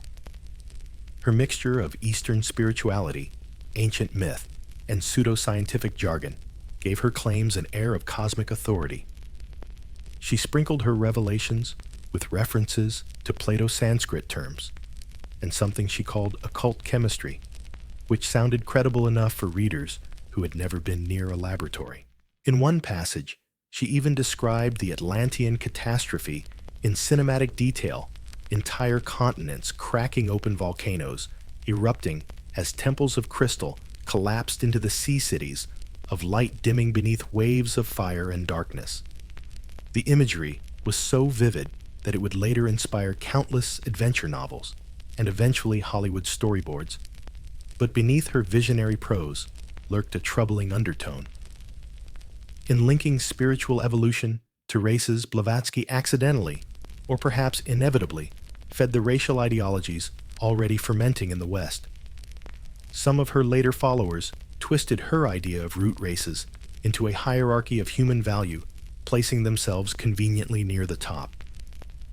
By the early 20th century, fringe writers and occultists were using theosophy to justify everything from Aryan supremacy to eugenics. The once mystical Atlantis had become a political weapon. Yet not all who read Blavatsky turned dark. Many saw her vision as hopeful, a cosmic allegory of human potential, a promise that enlightenment, both spiritual and technological, was part of an ancient cycle. The fall of Atlantis, they believed, was not the end, but a rehearsal for humanity's eventual ascension. Among her disciples was a young Austrian philosopher named Rudolf Steiner, who would take theosophy's metaphysics and reshape it into something both visionary and practical. But before we reach him, it's worth pausing on Blavatsky herself, this improbable oracle of the industrial age, dictating her cosmic revelations between cigars and seances. She understood something that most of her male contemporaries did not, that myth doesn't need proof, only resonance. Science could describe the mechanisms of the universe, but only myth could give them meaning. Her Atlantis wasn't just a lost world, it was a mirror for the modern one. In an age of telegraphs and factories of electric light and mechanized war, she offered an image of humanity, once again mastering invisible forces for better or worse. It's easy to laugh now at the idea of psychic Atlanteans wielding crystal power, but the subtext was deadly serious. Theosophy predicted that unless humanity balanced technology with spiritual wisdom, we too would sink beneath the waves, metaphorically, perhaps literally. The echo of Plato's warning was unmistakable, though Blavatsky wrapped it in Sanskrit and starlight. Theosophy became a cultural phenomenon. It inspired the painter Wassily Kandinsky, the composer Scriabin, even early feminists and environmentalists who saw in her cosmology a return to divine balance. Atlantis turned from allegory to archetype, a symbol of the lost harmony between matter and spirit. And then there were the crystals. Oh, the crystals. Blavatsky's passing references to Atlantean firestones capable of storing energy sparked an entire subculture. By the early 20th century, occultists and entrepreneurs alike were claiming to have rediscovered Atlantean crystal technology. Some said the Great Pyramids were power stations. Others claimed that Bermuda was once the tip of Atlantis, still pulsing with magnetic residue. The line between metaphysics and marketing blurred beautifully. From seances in smoky parlors to pulp magazines at corner stands, Atlantis had achieved what no philosopher could have imagined: immortality through reinvention. Blavatsky had elevated Donnelly's proto-science into a spiritual cosmology. She turned a lost island into a timeless metaphor for human evolution, tragedy, and potential. But as always, when myth evolves, it divides. Out of her crystal empire would rise two roads, one leading to artistic inspiration and humanistic mysticism, the other to darker ideologies obsessed with purity and destiny. Both would claim the same sunken kingdom as their origin. For now, though, in the candlelit salons of 1890s Europe, the mood was transcendental. The air smelled of sandalwood and ozone. Mediums channeled Atlantean masters. Crystal pendulums swung over maps of the Atlantic. People spoke softly of the great remembering the coming age when humankind would awaken its ancient powers once again. Atlantis was no longer beneath the sea. It had floated upward into the collective unconscious, shimmering there like a mirage of perfection, always just out of reach. And as the 20th century dawned, one man would try to give this spiritual Atlantis a system, a curriculum for human awakening. His name was Rudolf Steiner, and in his hands, the drowned world would become a classroom for the soul. By the time the 19th century folded into the 20th, Atlantis had worn more disguises than any myth in history: philosophy, empire, science, mysticism. But in the hands of one extraordinary thinker, it would become something different. Again, a lesson in consciousness itself. Rudolf Steiner didn't just believe in Atlantis. He used it as a metaphorical laboratory for the evolution of the human spirit. Steiner was born in 1861 in what is now Croatia, an Austrian child of railways and reason trained in mathematics, philosophy, and Goethe's natural sciences. He edited Goethe's scientific writings for the Weimar archives, debated Nietzsche, and earned a doctorate in philosophy. A man of logic, precision, and discipline. And yet under that calm surface, a mystic's flame flickered. He believed that knowledge, real knowledge, wasn't limited to what the eye could see or the hand could measure. To truly understand nature, he wrote, one must become conscious of the spirit that breathes through it. It was only a matter of time before he crossed paths with theosophy. At first, Steiner admired Helena Blavatsky's cosmic scope, but not her chaos. The theosophists, he thought, were right to search for spiritual evolution, but wrong to drown it in astrology and seances. In 1902, he joined the German Theosophical Society and soon rose to lead its European branch. But he would eventually take the myth of Atlantis and refine it into something both visionary and strangely educational, a mythology of consciousness that would influence art, architecture, and even schools for generations to come. For Steiner, Atlantis was not an archaeological site, nor even a lost civilization. It was a spiritual epic, a stage in the unfolding drama of human awareness. He described the Atlanteans as humanity's dreaming ancestors, beings halfway between instinct and reason, whose perception of the world was fluid, luminous, alive. They didn't think in logic or words, he said, but in images and symbols. The sky and earth spoke to them directly. Colors had meaning. Emotions had shape. To them, nature was a dialogue, not an object. It was an enchanting picture, an age before intellectual thought, when humans lived inside a living cosmos. Atlantis, in Steiner's vision, became the womb of imagination itself. But like all paradises, it couldn't last. He claimed that, as the Atlantean era, age consciousness began to harden.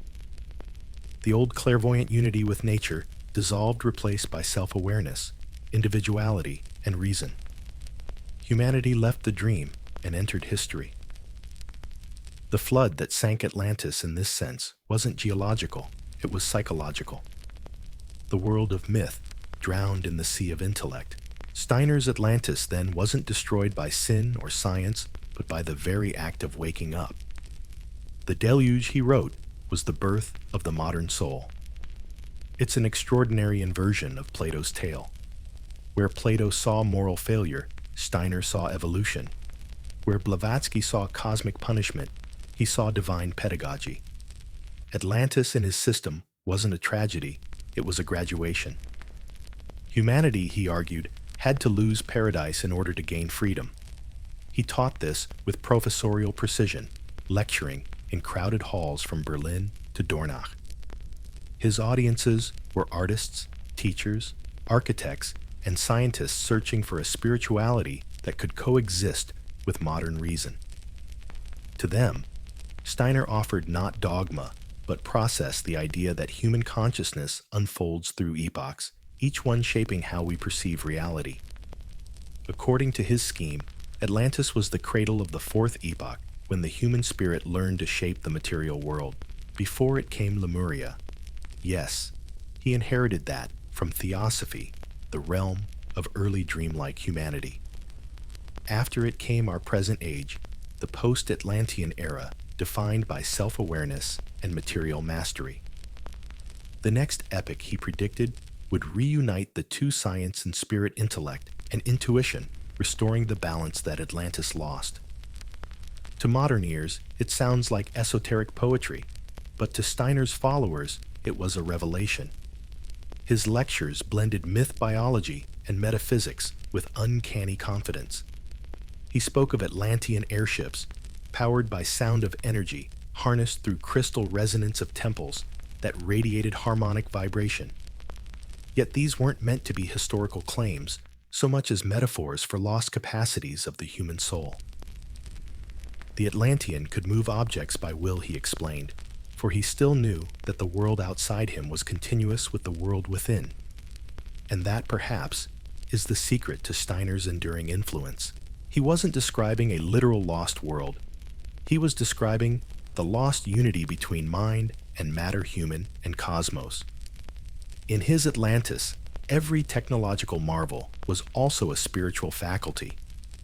The flying machines were symbols of thought, the crystal energy a metaphor for pure intuition, the floods a reminder of what happens when consciousness forgets its roots. When Steiner eventually broke away from theosophy in 1913, he founded his own movement, anthroposophy, literally the wisdom of the human being. It was theosophy stripped of its seance tables and filled instead with the rigors of science, art, and ethics. His Atlantis remained part of the curriculum, but now as a moral fable rather than a metaphysical blueprint. And anthroposophy, unlike most occult movements, left behind real tangible legacies. Out of Steiner's lectures on spiritual education came the Waldorf schools, an entire global network of classrooms built on the idea that learning should awaken both intellect and imagination. Out of his theories of sacred geometry came the Goetheanum, a massive organic structure in Switzerland that looks less like a building than like a dream made solid. Out of his agricultural lectures came biodynamic farming, a philosophy of growing food in harmony with cosmic rhythms still practiced around the world today. In each of these, the echo of Atlantis is faint but unmistakable. Waldorf education aims to recover that lost harmony between knowing and feeling. Biodynamic farming seeks to reawaken the ancient conversation between human and earth. For Steiner, we are all post-Atlanteans, still haunted by our exile from that luminous consciousness. But even Steiner could not resist the tragic allure of the flood. He believed that the Atlanteans had perished when their psychic power outstripped their moral maturity. In other words, they fell for the same reason modern civilization might technology advancing faster than wisdom. They were destroyed, he said, by the misuse of forces that could have been divine. You can hear in those words a strange prophecy.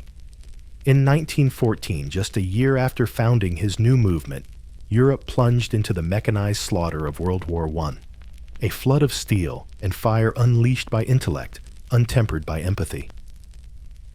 If Plato had lived to see it, he would have nodded grimly. The Atlantean pattern had returned. Steiner's teachings flourished in the years after the war, especially among artists and idealists searching for renewal. Painters like Mondrian and Kandinsky, architects of organic form, even early psychologists, drew from his vision of evolving consciousness. To them, Atlantis wasn't myth or metaphor. It was a forgotten chapter in the human psyche, still reachable through creativity and spiritual practice. And so, in the early decades of the 20th century, the lost island once again surfaced, not on maps, but in minds. It had traveled far from Plato's Athens, through cathedrals and laboratories, through mysticism and modernity, until it became less a place than a pattern, a recurring dream of unity before the fall. Steiner's Atlantis was finally an inner world, the luminous memory of a time when thought was song and knowledge was devotion. But as the century rolled forward, a new kind of prophet would take the stage. He was neither philosopher nor scholar, but a simple man with closed eyes and a voice that spoke of reincarnation, karma, and a world soon to rise again from the waves. His name was Edgar Cayce, and his Atlantis would glow not with philosophy or allegory, but with electricity and hope. Cayce was born in 1877, a gentle Bible-loving child who wanted nothing more than to teach Sunday school. He had no interest in mysticism, no training in philosophy, and certainly no ambitions to rewrite history. Yet by his 20s, after a strange illness and an experiment in hypnosis, he discovered that while asleep, he could speak with uncanny authority on subjects far beyond his education.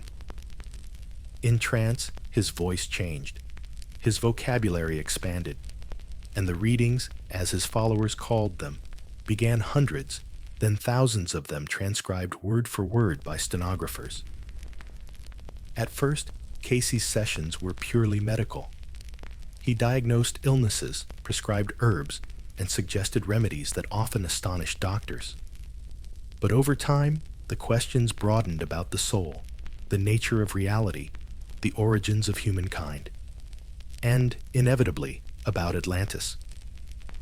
When asked in 1923 about the lost continent, Cayce, deep in trance, spoke as if remembering rather than guessing. Atlantis, he said, was the first great civilization on Earth, a vast empire that had reached astonishing heights of technology and spiritual power, tens of thousands of years before Egypt or Sumer. It wasn't myth. He insisted it was history forgotten. According to Cayce, the Atlanteans had harnessed energies beyond modern comprehension. They used crystals, massive glowing structures, to channel the Earth's magnetic forces and power their cities. They traveled through the air in ships of fire, communicated telepathically, and lived for centuries. But their civilization, he warned, had split into two factions: the sons of the Law of One, who honored divine unity, and the sons of Belial, who pursued domination and pleasure. In the end, greed and pride turned their own technology against them. In one day and one night, he echoed Plato. The continent was broken apart and submerged. 3 great cataclysms, he said, had erased Atlantis from sight. The last, around 10,000 BC, sent survivors fleeing to Egypt, Yucatan, and the Pyrenees, carrying fragments of their lost wisdom. Their descendants built the pyramids, carved the Mayan temples, and became the keepers of the firestone, the same crystal technology once used to sustain Atlantis. Cayce's words, typed neatly by his secretary, were an irresistible blend of mysticism and pseudoscience. He sounded like a man halfway between a preacher and an engineer describing prehistoric lasers and psychic laboratories as calmly as one might describe the weather. For a world staggering between 2 world wars, his vision offered both escapism and hope. The Atlanteans had fallen, yes, but they had also promised to return. And here was the real hook. Cayce claimed that many of his own patients, ordinary Americans, were reincarnated Atlanteans, reborn in the modern age to complete what had been begun. Their souls, he said, had chosen to return now, in this era of technology and turmoil, to avoid repeating their old mistakes. Every moral choice, every discovery, every war, every invention was part of that karmic replay. He even gave dates. Between 1958 and 1998, he predicted parts of Atlantis would rise again off the coast of the Bahamas near a place called Bimini. There, he said, the remains of the great temple of Posidia would reappear, proving once and for all that the legend was true. Skeptics naturally scoffed. Geologists found no evidence of sunken continents, only the slow drift of tectonic plates. But believers didn't need proof. They had Casey's calm prophetic tone, his scriptural sincerity, and the thrill of participating in a cosmic drama stretching across millennia. In his vision, the spiritual and scientific merged. Telepathy and electricity were two sides of the same divine law. If Blavatsky had turned Atlantis into theology, Casey turned it into therapy. His readings offered reassurance to a disenchanted modernity. You're not just a factory worker or a secretary. You're an Atlantean soul on a mission to heal ancient karma. The same curiosity that drove Donnelly's scholars and Blavatsky's mystics now found a gentler outlet in middle-class America, in living rooms scented with incense and optimism. By the 1930s, Casey's fame had spread worldwide. Journalists called him the Miracle Man of Virginia Beach. He spoke softly about world peace, past lives, and the coming shift in human consciousness. Atlantis became the centerpiece of his cosmology, a spiritual Atlantis rather than a geological one.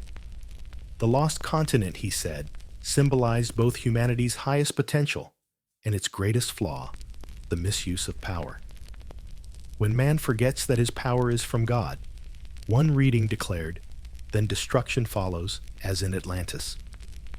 After his death in 1945, the foundation that bore his name preserved more than $14,000 of his readings.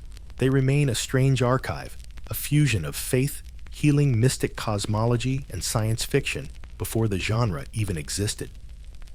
The Bimini prophecy would resurface in 1968 when divers discovered a mysterious formation of stones off the Bahamas. Newspapers ran headlines, "Atlantis found." The Casey faithful nodded knowingly. Scientists called it natural beach rock. The debate continues half in jest, half in longing. Casey's influence rippled far beyond his lifetime. The post-war decades with their UFO sightings, atomic dread, and countercultural awakenings found in his version of Atlantis a perfect metaphor. The Atlanteans' fatal misuse of energy mirrored fears about nuclear war. Their psychic powers prefigured the new fascination with ESP telekinesis and alien contact.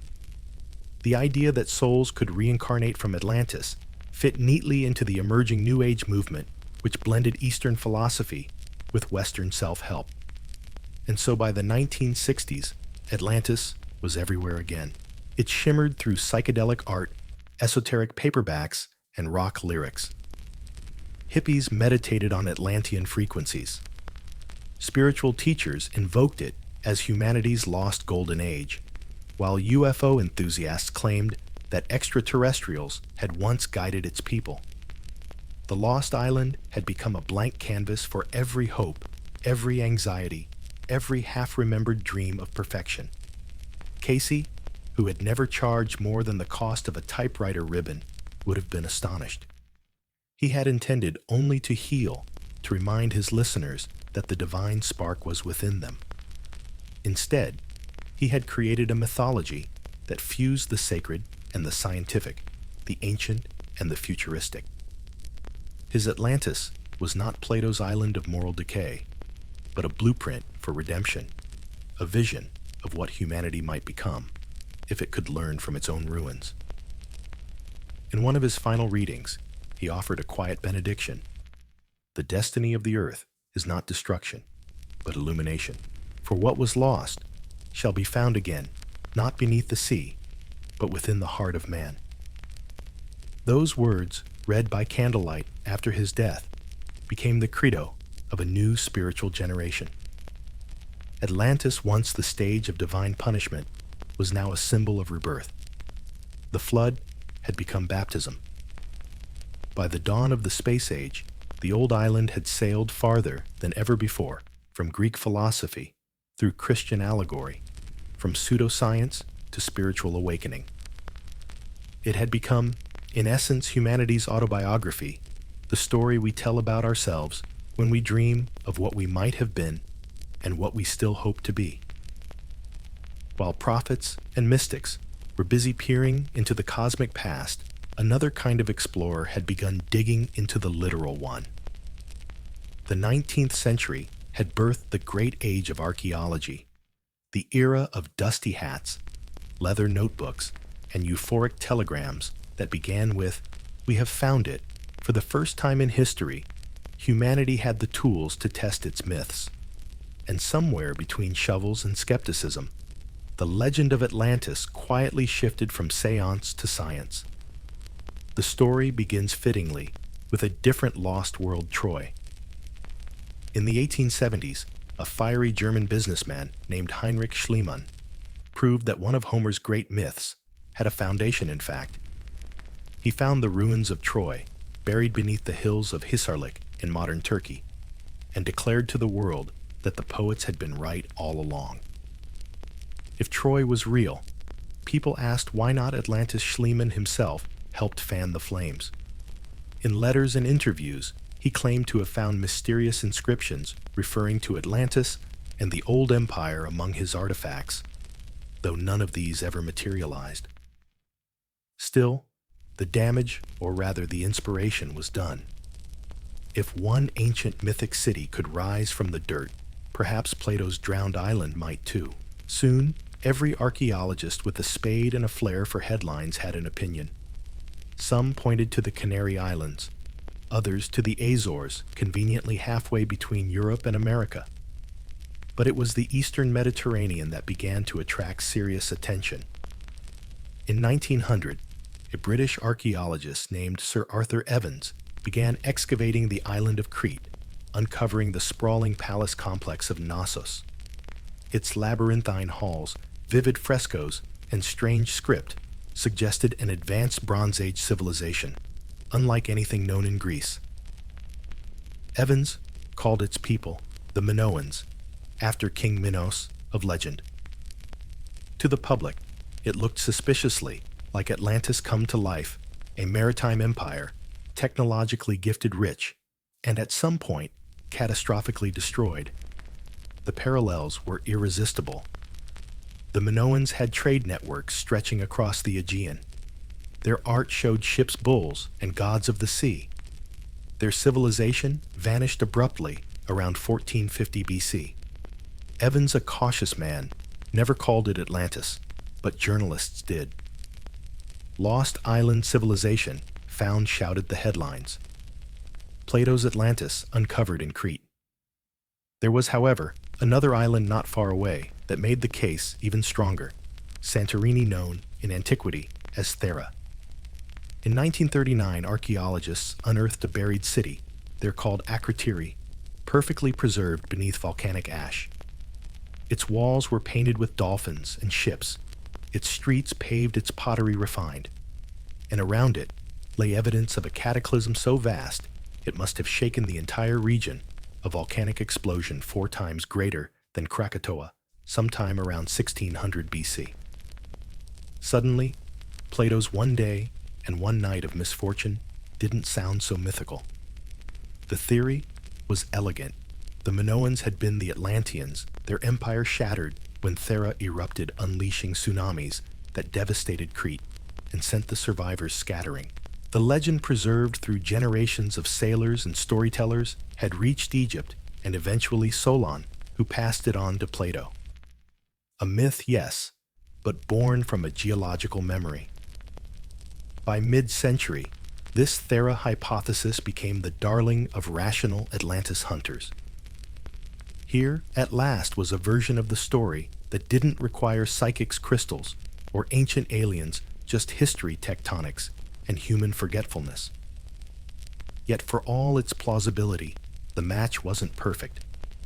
The Minoans were indeed a great maritime power, but their world was confined to the Aegean, not larger than Libya and Asia combined. They worshipped goddesses more than gods, traded more than they conquered, and their culture was far older than Plato's supposed timeline. Still, the imagery was so seductive that even serious scholars couldn't quite let it go. And then came the oceanographers. By the 1950s, sonar technology developed during World War II was being turned toward peaceful ends.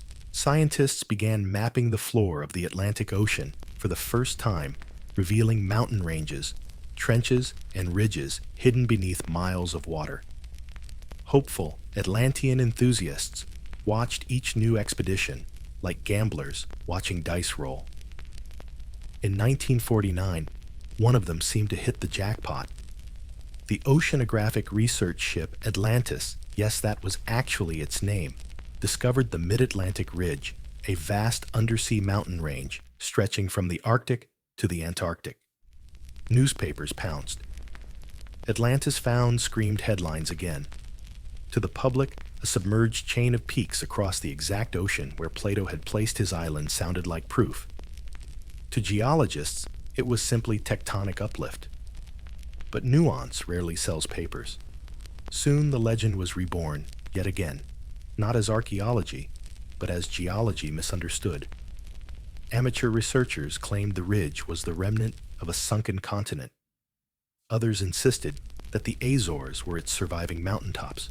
Expeditions launched, divers descended, and the myth, like the island itself, kept refusing to stay buried. Meanwhile, real archaeologists pressed on armed with radiocarbon dating and stratigraphy.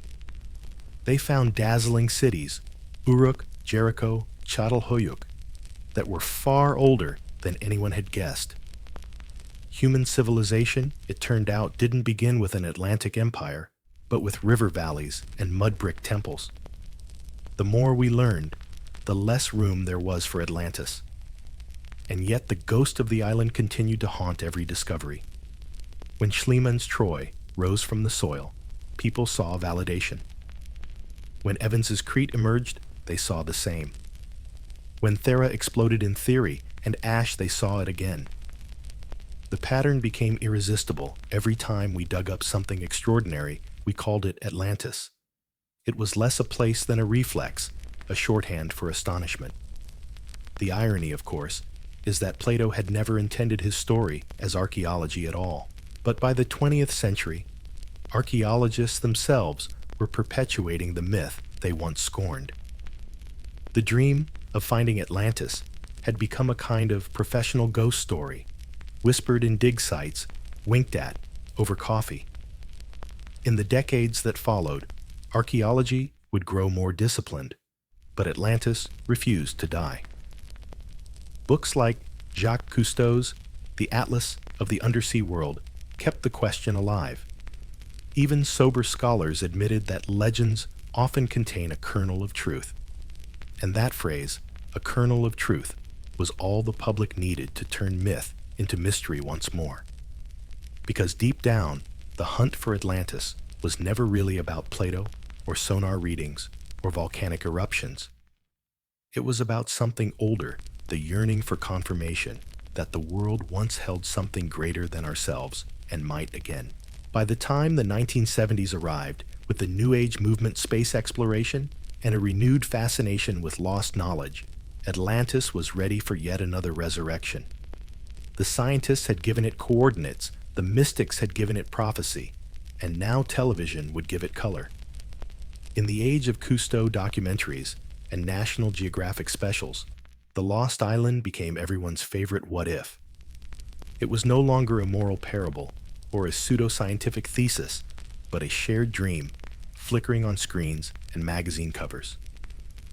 Atlantis had moved from marble tablet to myth, from myth to prophecy, from prophecy to sonar scan. And in doing so, it had revealed something deeper about us, that every time we draw the boundary between history and legend, we secretly hope the line will blur. The archaeologists hadn't found the city Plato described, but they had found something else, entirely evidence that the need to believe to recover a lost perfection was perhaps the most durable ruin of all. And so even as the dust settled over Knossos and Akrotiri, the legend of the drowned empire continued to ripple outward. The next generation of scientists and dreamers would push even further down into the ocean trenches across the seafloor, into the glowing sonar screens of submarines searching for the impossible shimmer of marble beneath the waves. The 20th century, for all its rockets and relativity, still couldn't shake its fascination with a sunken island. As sonar swept the ocean floor and geology mapped the Earth's crust, Atlantis became the perfect crossroads between discovery and delusion, where hard data met soft longing. The question was no longer what Atlantis symbolized, but whether it could survive contact with science. The first to challenge the myth with modern rigor were geologists. By the 1920s, advances in oceanography revealed that the Atlantic Ocean was unimaginably deep, its average depth nearly 4 kilometers. No landmass the size of a continent could have sunk beneath it within the last 10,000 years, at least not without rewriting the laws of physics. Even the largest known volcanic collapses couldn't account for such a cataclysm. The ocean floor, scientists explained, was made of dense basaltic rock formed at mid-ocean ridges and spreading slowly outward, a process far too stable to hide the remnants of a lost civilization. It was for Atlantis believers a rude awakening. But every time science shut one door, imagination opened 3 windows. As geological skepticism hardened, a new generation of thinkers tried to reconcile Plato's account with real-world phenomena. Some proposed that the island hadn't been in the middle of the Atlantic at all, but near the Mediterranean. Others suggested the Caribbean Antarctica, or even the Black Sea. In 1926, the German scholar Adolf Schulten argued that Atlantis had been located in southern Spain, around the marshlands of Doñana, near the mouth of the Guadalquivir River, once home to the ancient Tartessian culture. The ruins, he claimed, were buried beneath layers of sediment left by floods. Schulten's theory was bold, but not unique. The early 20th century saw an explosion of Atlantis cartography, each author drawing new borders around the myth. The Italian archaeologist Angelo Pellegrini placed it near Tunisia.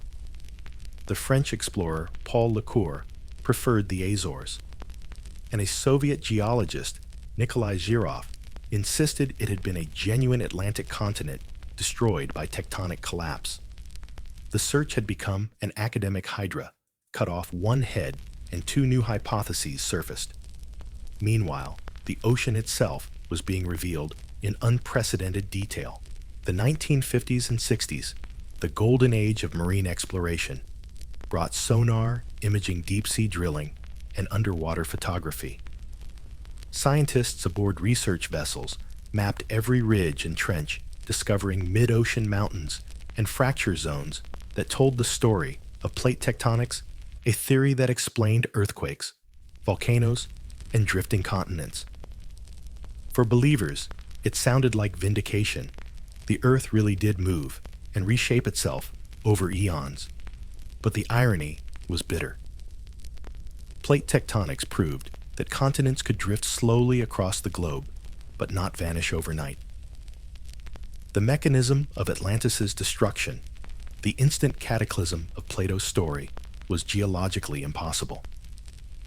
The myth had been built on an outdated world where oceans hid uncharted lands. Science, with its merciless precision, had drained the sea of mystery. And yet the myth refused to drown. It adapted. Writers began merging geology with speculation. Some suggested that Atlantis had been a chain of islands rather than a continent slowly eroded by rising seas at the end of the last ice age. Others pointed to the Bimini Road, a curious underwater formation discovered in 1968 near the Bahamas, a line of flat limestone blocks that under the right lighting looked uncannily man-made. To archaeologists, it was natural beach rock fractured by currents. To hopeful eyes, it was the long-awaited proof of Casey's prophecy. The coincidence was too delicious. Casey had predicted that Atlantis would rise again near Bimini between 1958 and 1998, and there it was a neat formation right on schedule. Magazines ran with it. Fate Life and National Geographic all published glossy photos of the submerged stones. Scientists groaned. Believers rejoiced. The myth was no longer fighting science, it was hitchhiking on it. By the late 20th century, television joined the expedition. Jacques Cousteau's underwater documentaries with their poetic narration and whale song soundtracks gave the myth new glamour. Even as he dismissed Atlantis as fiction, his footage of coral ruins and shipwrecks left viewers convinced there were still secrets waiting below. Soon, every major network had its own search for Atlantis special. Viewers leaned forward as sonar screens flickered, each ping promising revelation. But while science chased measurements, psychology offered another kind of answer. To thinkers like Carl Jung, the persistence of Atlantis said more about the human mind than the ocean floor. He saw it as an archetype, a symbol of the lost unity between the conscious and unconscious self. The flood represented the collapse of an old order within the psyche, the dream of rediscovery, the eternal hope of reconciliation. Atlantis, Jung might have said, is the city we keep trying to build inside ourselves. It was an interpretation that rescued the myth from ridicule. If it wasn't literal, it didn't have to be false. Atlantis could be real, as metaphor psychologically, even spiritually. And that idea ironically fit the scientific mood of the 20th century better than any sonar scan an age obsessed with data, but starving for meaning. In the meantime, the scientific community had its own flood to deal with the flood of pseudoscience. The more geologists clarified what the Earth could and could not do, the more pseudo-archaeologists claimed to know better. Popular writers filled bookshelves with titles like Atlantis, Mother of Empires, and the Lost Civilization of the Gods, weaving genuine data into tapestries of speculation. Every megalith became a clue. Every erosion pattern a conspiracy. The professional archaeologists fought back, but the public preferred romance to radiocarbon. It's hard to compete with a theory that offers both cosmic mystery and moral lesson, both ancient technology and impending doom. Atlantis had become a brand, a franchise of wonder. It sold books, tours, crystals, and documentaries. And somewhere in that commercial sea, Plato's quiet parable about hubris was completely submerged. Still, the dialogue between myth and science continued often more poetic than hostile. Oceanographers admitted that humanity still knew less about the seafloor than about the moon. They marveled at submerged structures in the Mediterranean Doggerland under the North Sea, the ruins of Pavlopetri off Greece, the sunken temples of Dwarka in India, all real reminders that rising seas could erase entire cities. If not Atlantis, some mused, then Atlantis-like. The line between legend and possibility grew thin again, and why not every generation inherits the same temptation to find the single event that inspired the story? Was it Thera's eruption, Doggerland's flooding, the Black Sea deluge, or some forgotten coastal city swallowed by the Holocene tide? The specifics matter less than the yearning. They represent the hope that beneath the chaos of geology and time, there was once a perfect order lost, but recoverable. By the close of the century, the scientific verdict was firm. There had been no continent, no global cataclysm, no advanced prehistoric empire. And yet, the cultural verdict was the opposite. Atlantis was more alive than ever. It had migrated from Plato's scrolls into novels, films, and even video games. The same television networks that debunked it also dramatized it because wonder not accuracy pays the bills. The irony is almost platonic. Science, the modern Athens, had triumphed over superstition, but in doing so, It had recreated the same hubris that Atlantis warned against. The dream of total knowledge of mastery over nature of control. These were the Atlantean sins, reborn in lab coats and satellites. Perhaps that's why the myth endures, because it refuses to let us feel entirely safe in our cleverness. Every time a new discovery proves Atlantis impossible, we sigh with relief and then secretly feel disappointed. We want it to exist, if only to remind us that perfection is fragile, and wisdom, like land, can sink beneath the waves. The scientists had settled the question of geography, but the question of meaning, the real treasure buried in the story, was still waiting to be unearthed. By the mid-20th century, Atlantis had survived philosophers, priests, and professors, and now it was time for the movie studios. What had begun as a Platonic parable and matured into a pseudoscientific crusade was about to be reborn in Technicolor. After centuries of scrolls, sermons, and scholarly quarrels, the Lost Island finally got what every myth secretly wants: a soundtrack and a budget. The timing was perfect. The world had just emerged from two wars that made Plato's warning about arrogance and destruction feel eerily prophetic.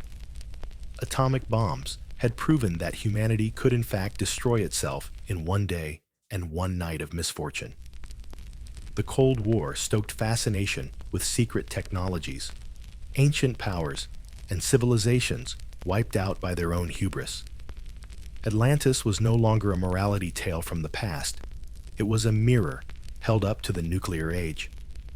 In 1959, Hollywood released Journey to the Center of the Earth, based loosely on Jules Verne's novel, featuring subterranean seas and lost civilizations shimmering beneath the crust.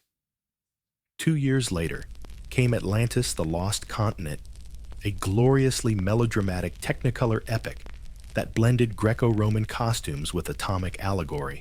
Its Atlanteans wielded crystals as energy weapons, built machines that harnessed the power of the sun and naturally brought about their own destruction. The special effects were endearingly earnest. The message unmistakable: technological pride leads to ruin. Audiences loved it. In an age when UFOs hovered in headlines and nuclear drills sent children under desks, the image of a shining civilization undone by its own inventions felt less like fantasy and more like rehearsal. Atlantis had become science fiction's favorite cautionary tale. Comic books soon followed. Superman's creators introduced Aquaman's kingdom as a literal Atlantis, a futuristic city beneath the sea, populated by telepathic, half-mythic beings. The 1940s and 50s pulp magazines filled their covers with Atlantean queens in bronze bikinis and domed cities glowing under coral. Atlantis was now an aesthetic, a shorthand for advanced technology, with a tragic backstory, a mashup of myth and modernity that let readers indulge both nostalgia and futurism at once. Then came television, that new oracle of the household. Documentary-style programs blurred the line between science and speculation. The 1970s brought In Search Of, hosted by a grave, velvety-voiced Leonard Nimoy, who intoned about mysteries from mankind's forgotten dawn. Each episode ended the same way, somewhere. Perhaps Atlantis still waits. Viewers leaned in, goosebumped.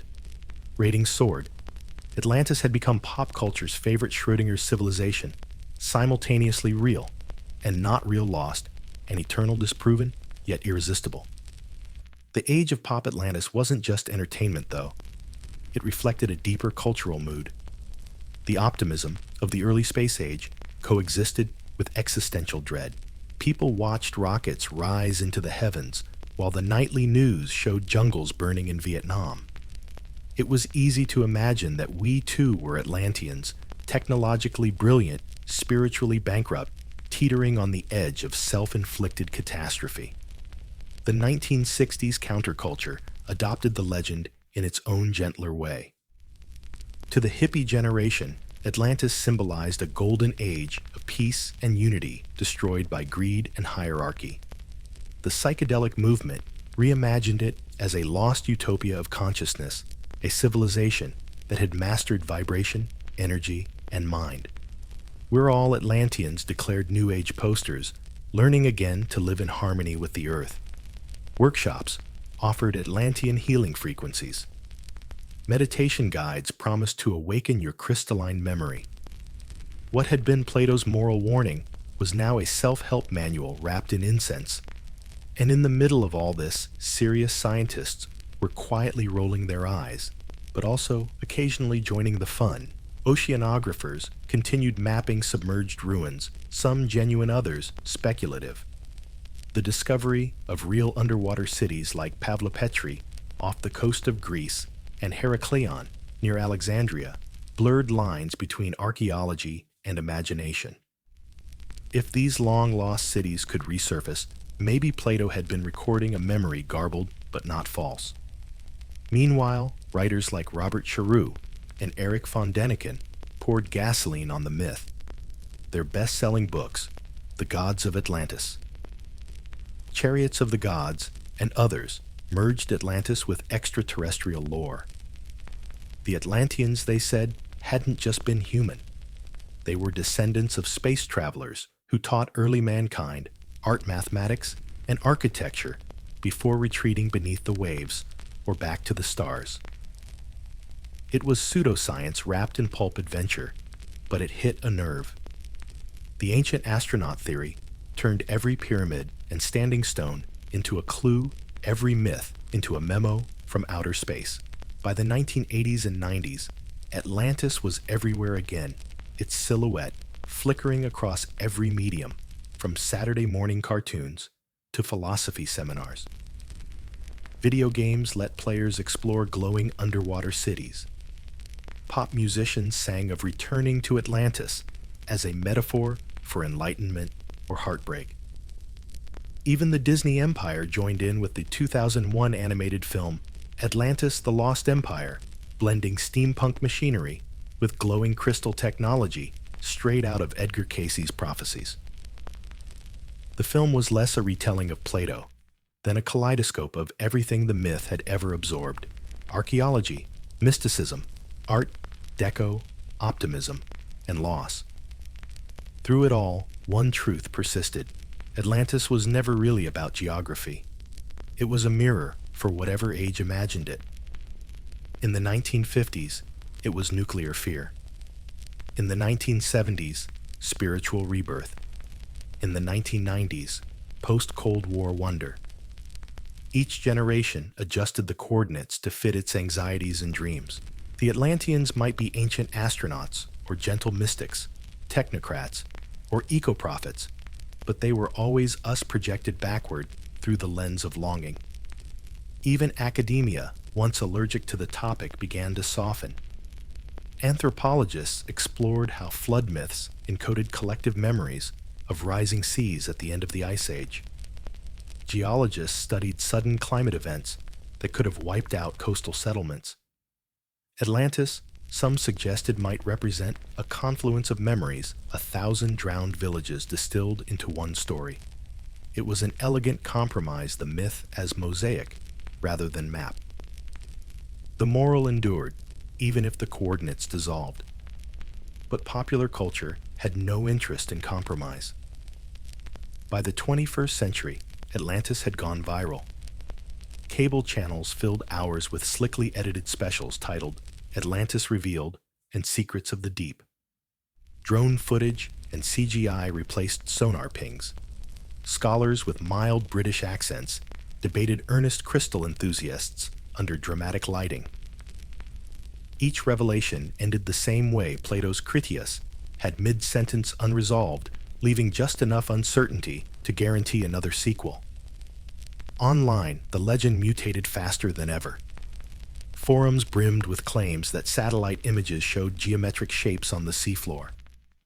YouTube thumbnails featured glowing pyramids and suspiciously high contrast. Atlantis became an algorithmic goldmine clickbait dressed as revelation. Scientists baffled by underwater ruins, could this be Atlantis? The truth. NASA hides. The myth had become digital currency, endlessly recycled, endlessly profitable, endlessly alive. And yet beneath the memes and documentaries, something enduring still pulsed. The story continued to attract those who felt civilization itself was drifting ecologically, morally, spiritually. As sea levels rose again and coastal cities faced literal flooding, the metaphor felt almost prophetic. The planet, we realized, didn't need to sink an island to punish hubris. We were doing it ourselves, one carbon molecule at a time. Perhaps that's the final, quiet irony of the pop Atlantis era. The world no longer needs Plato's island to vanish. Our own cities are learning how to drown. The myth, once allegory, is becoming cautionary history in reverse. Still, humanity being humanity, we can't resist romanticizing even that.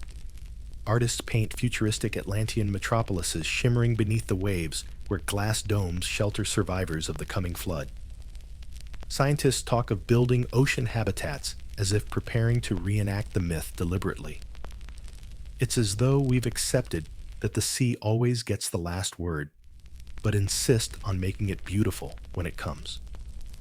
The 21st century has inherited many myths, but few so adaptable, so stubborn as the story of Atlantis. 24 centuries after Plato's dialogues, the island that never was still glows faintly beneath the waves of imagination, sometimes ancient, sometimes futuristic, sometimes absurd, but always familiar. It has outlived empires, religions, and even its own meaning. Every era remakes Atlantis in its own image. Every era drowns it again. And perhaps that is why it endures, because it keeps changing shape just fast enough to survive. Today, the legend lives not in scrolls or sermons, but in pixels. Open YouTube, and you'll find digital prophets dissecting satellite images of the Atlantic, claiming to see the circular shadow of Atlantis off the coast of Africa. Scroll further, and there it is, again this time, relocated to the Sahara Desert, its ancient ringed plains revealed by Google Earth as the Eye of the Sahara, or Rishat structure, a geological formation that has become the internet's favorite stand-in for Plato's concentric utopia. The comments below pulse with certainty. It fits the description perfectly. Others swear it's under Antarctica, frozen in pristine preservation beneath miles of ice. In the age of the algorithm, every myth gets a map. Yet for all its online sensationalism, the myth still whispers the same deeper longing that somewhere once there was harmony. That humanity had mastered both wisdom and power, only to lose it, and that maybe, just maybe, we could find it again. That longing has always been the real current beneath the story. When Plato first described Atlantis, he wasn't writing about ships and temples, but about human nature, about what happens when intellect outpaces ethics. Over the centuries, that warning turned into prophecy, and prophecy into nostalgia. What if civilization wasn't climbing upward at all, but struggling to get back to something it once was? In the modern world, that nostalgia has taken curious forms. Environmentalists speak of Atlantis as an allegory for ecological collapse, a civilization that ignored natural limits until the sea claimed it back. Tech visionaries use it as a metaphor for innovation gone wrong. Climate scientists, pointing to rising oceans and drowned coastal cities, joke grimly that we are building Atlantis in reverse. The moral has come full circle. The flood isn't divine punishment, it's feedback. At the same time, artists and writers continue to reinvent the myth as if trying to salvage beauty from warning. In literature, Atlantis has become a canvas for utopia and dystopia alike, a city of enlightenment or a monument to arrogance. In films and games, it gleams as both dream and ruin its domes, intact, its secrets glowing in the dark, waiting for a hero brave enough to descend. The camera dives, the music swells, and once again we lean forward, hoping for revelation. Even serious science, ever the reluctant partner in this dance, occasionally stumbles into poetic coincidence. Oceanographers have discovered lost coastlines from the last ice age, entire landscapes now buried beneath the English Channel, the Black Sea, and the Mediterranean.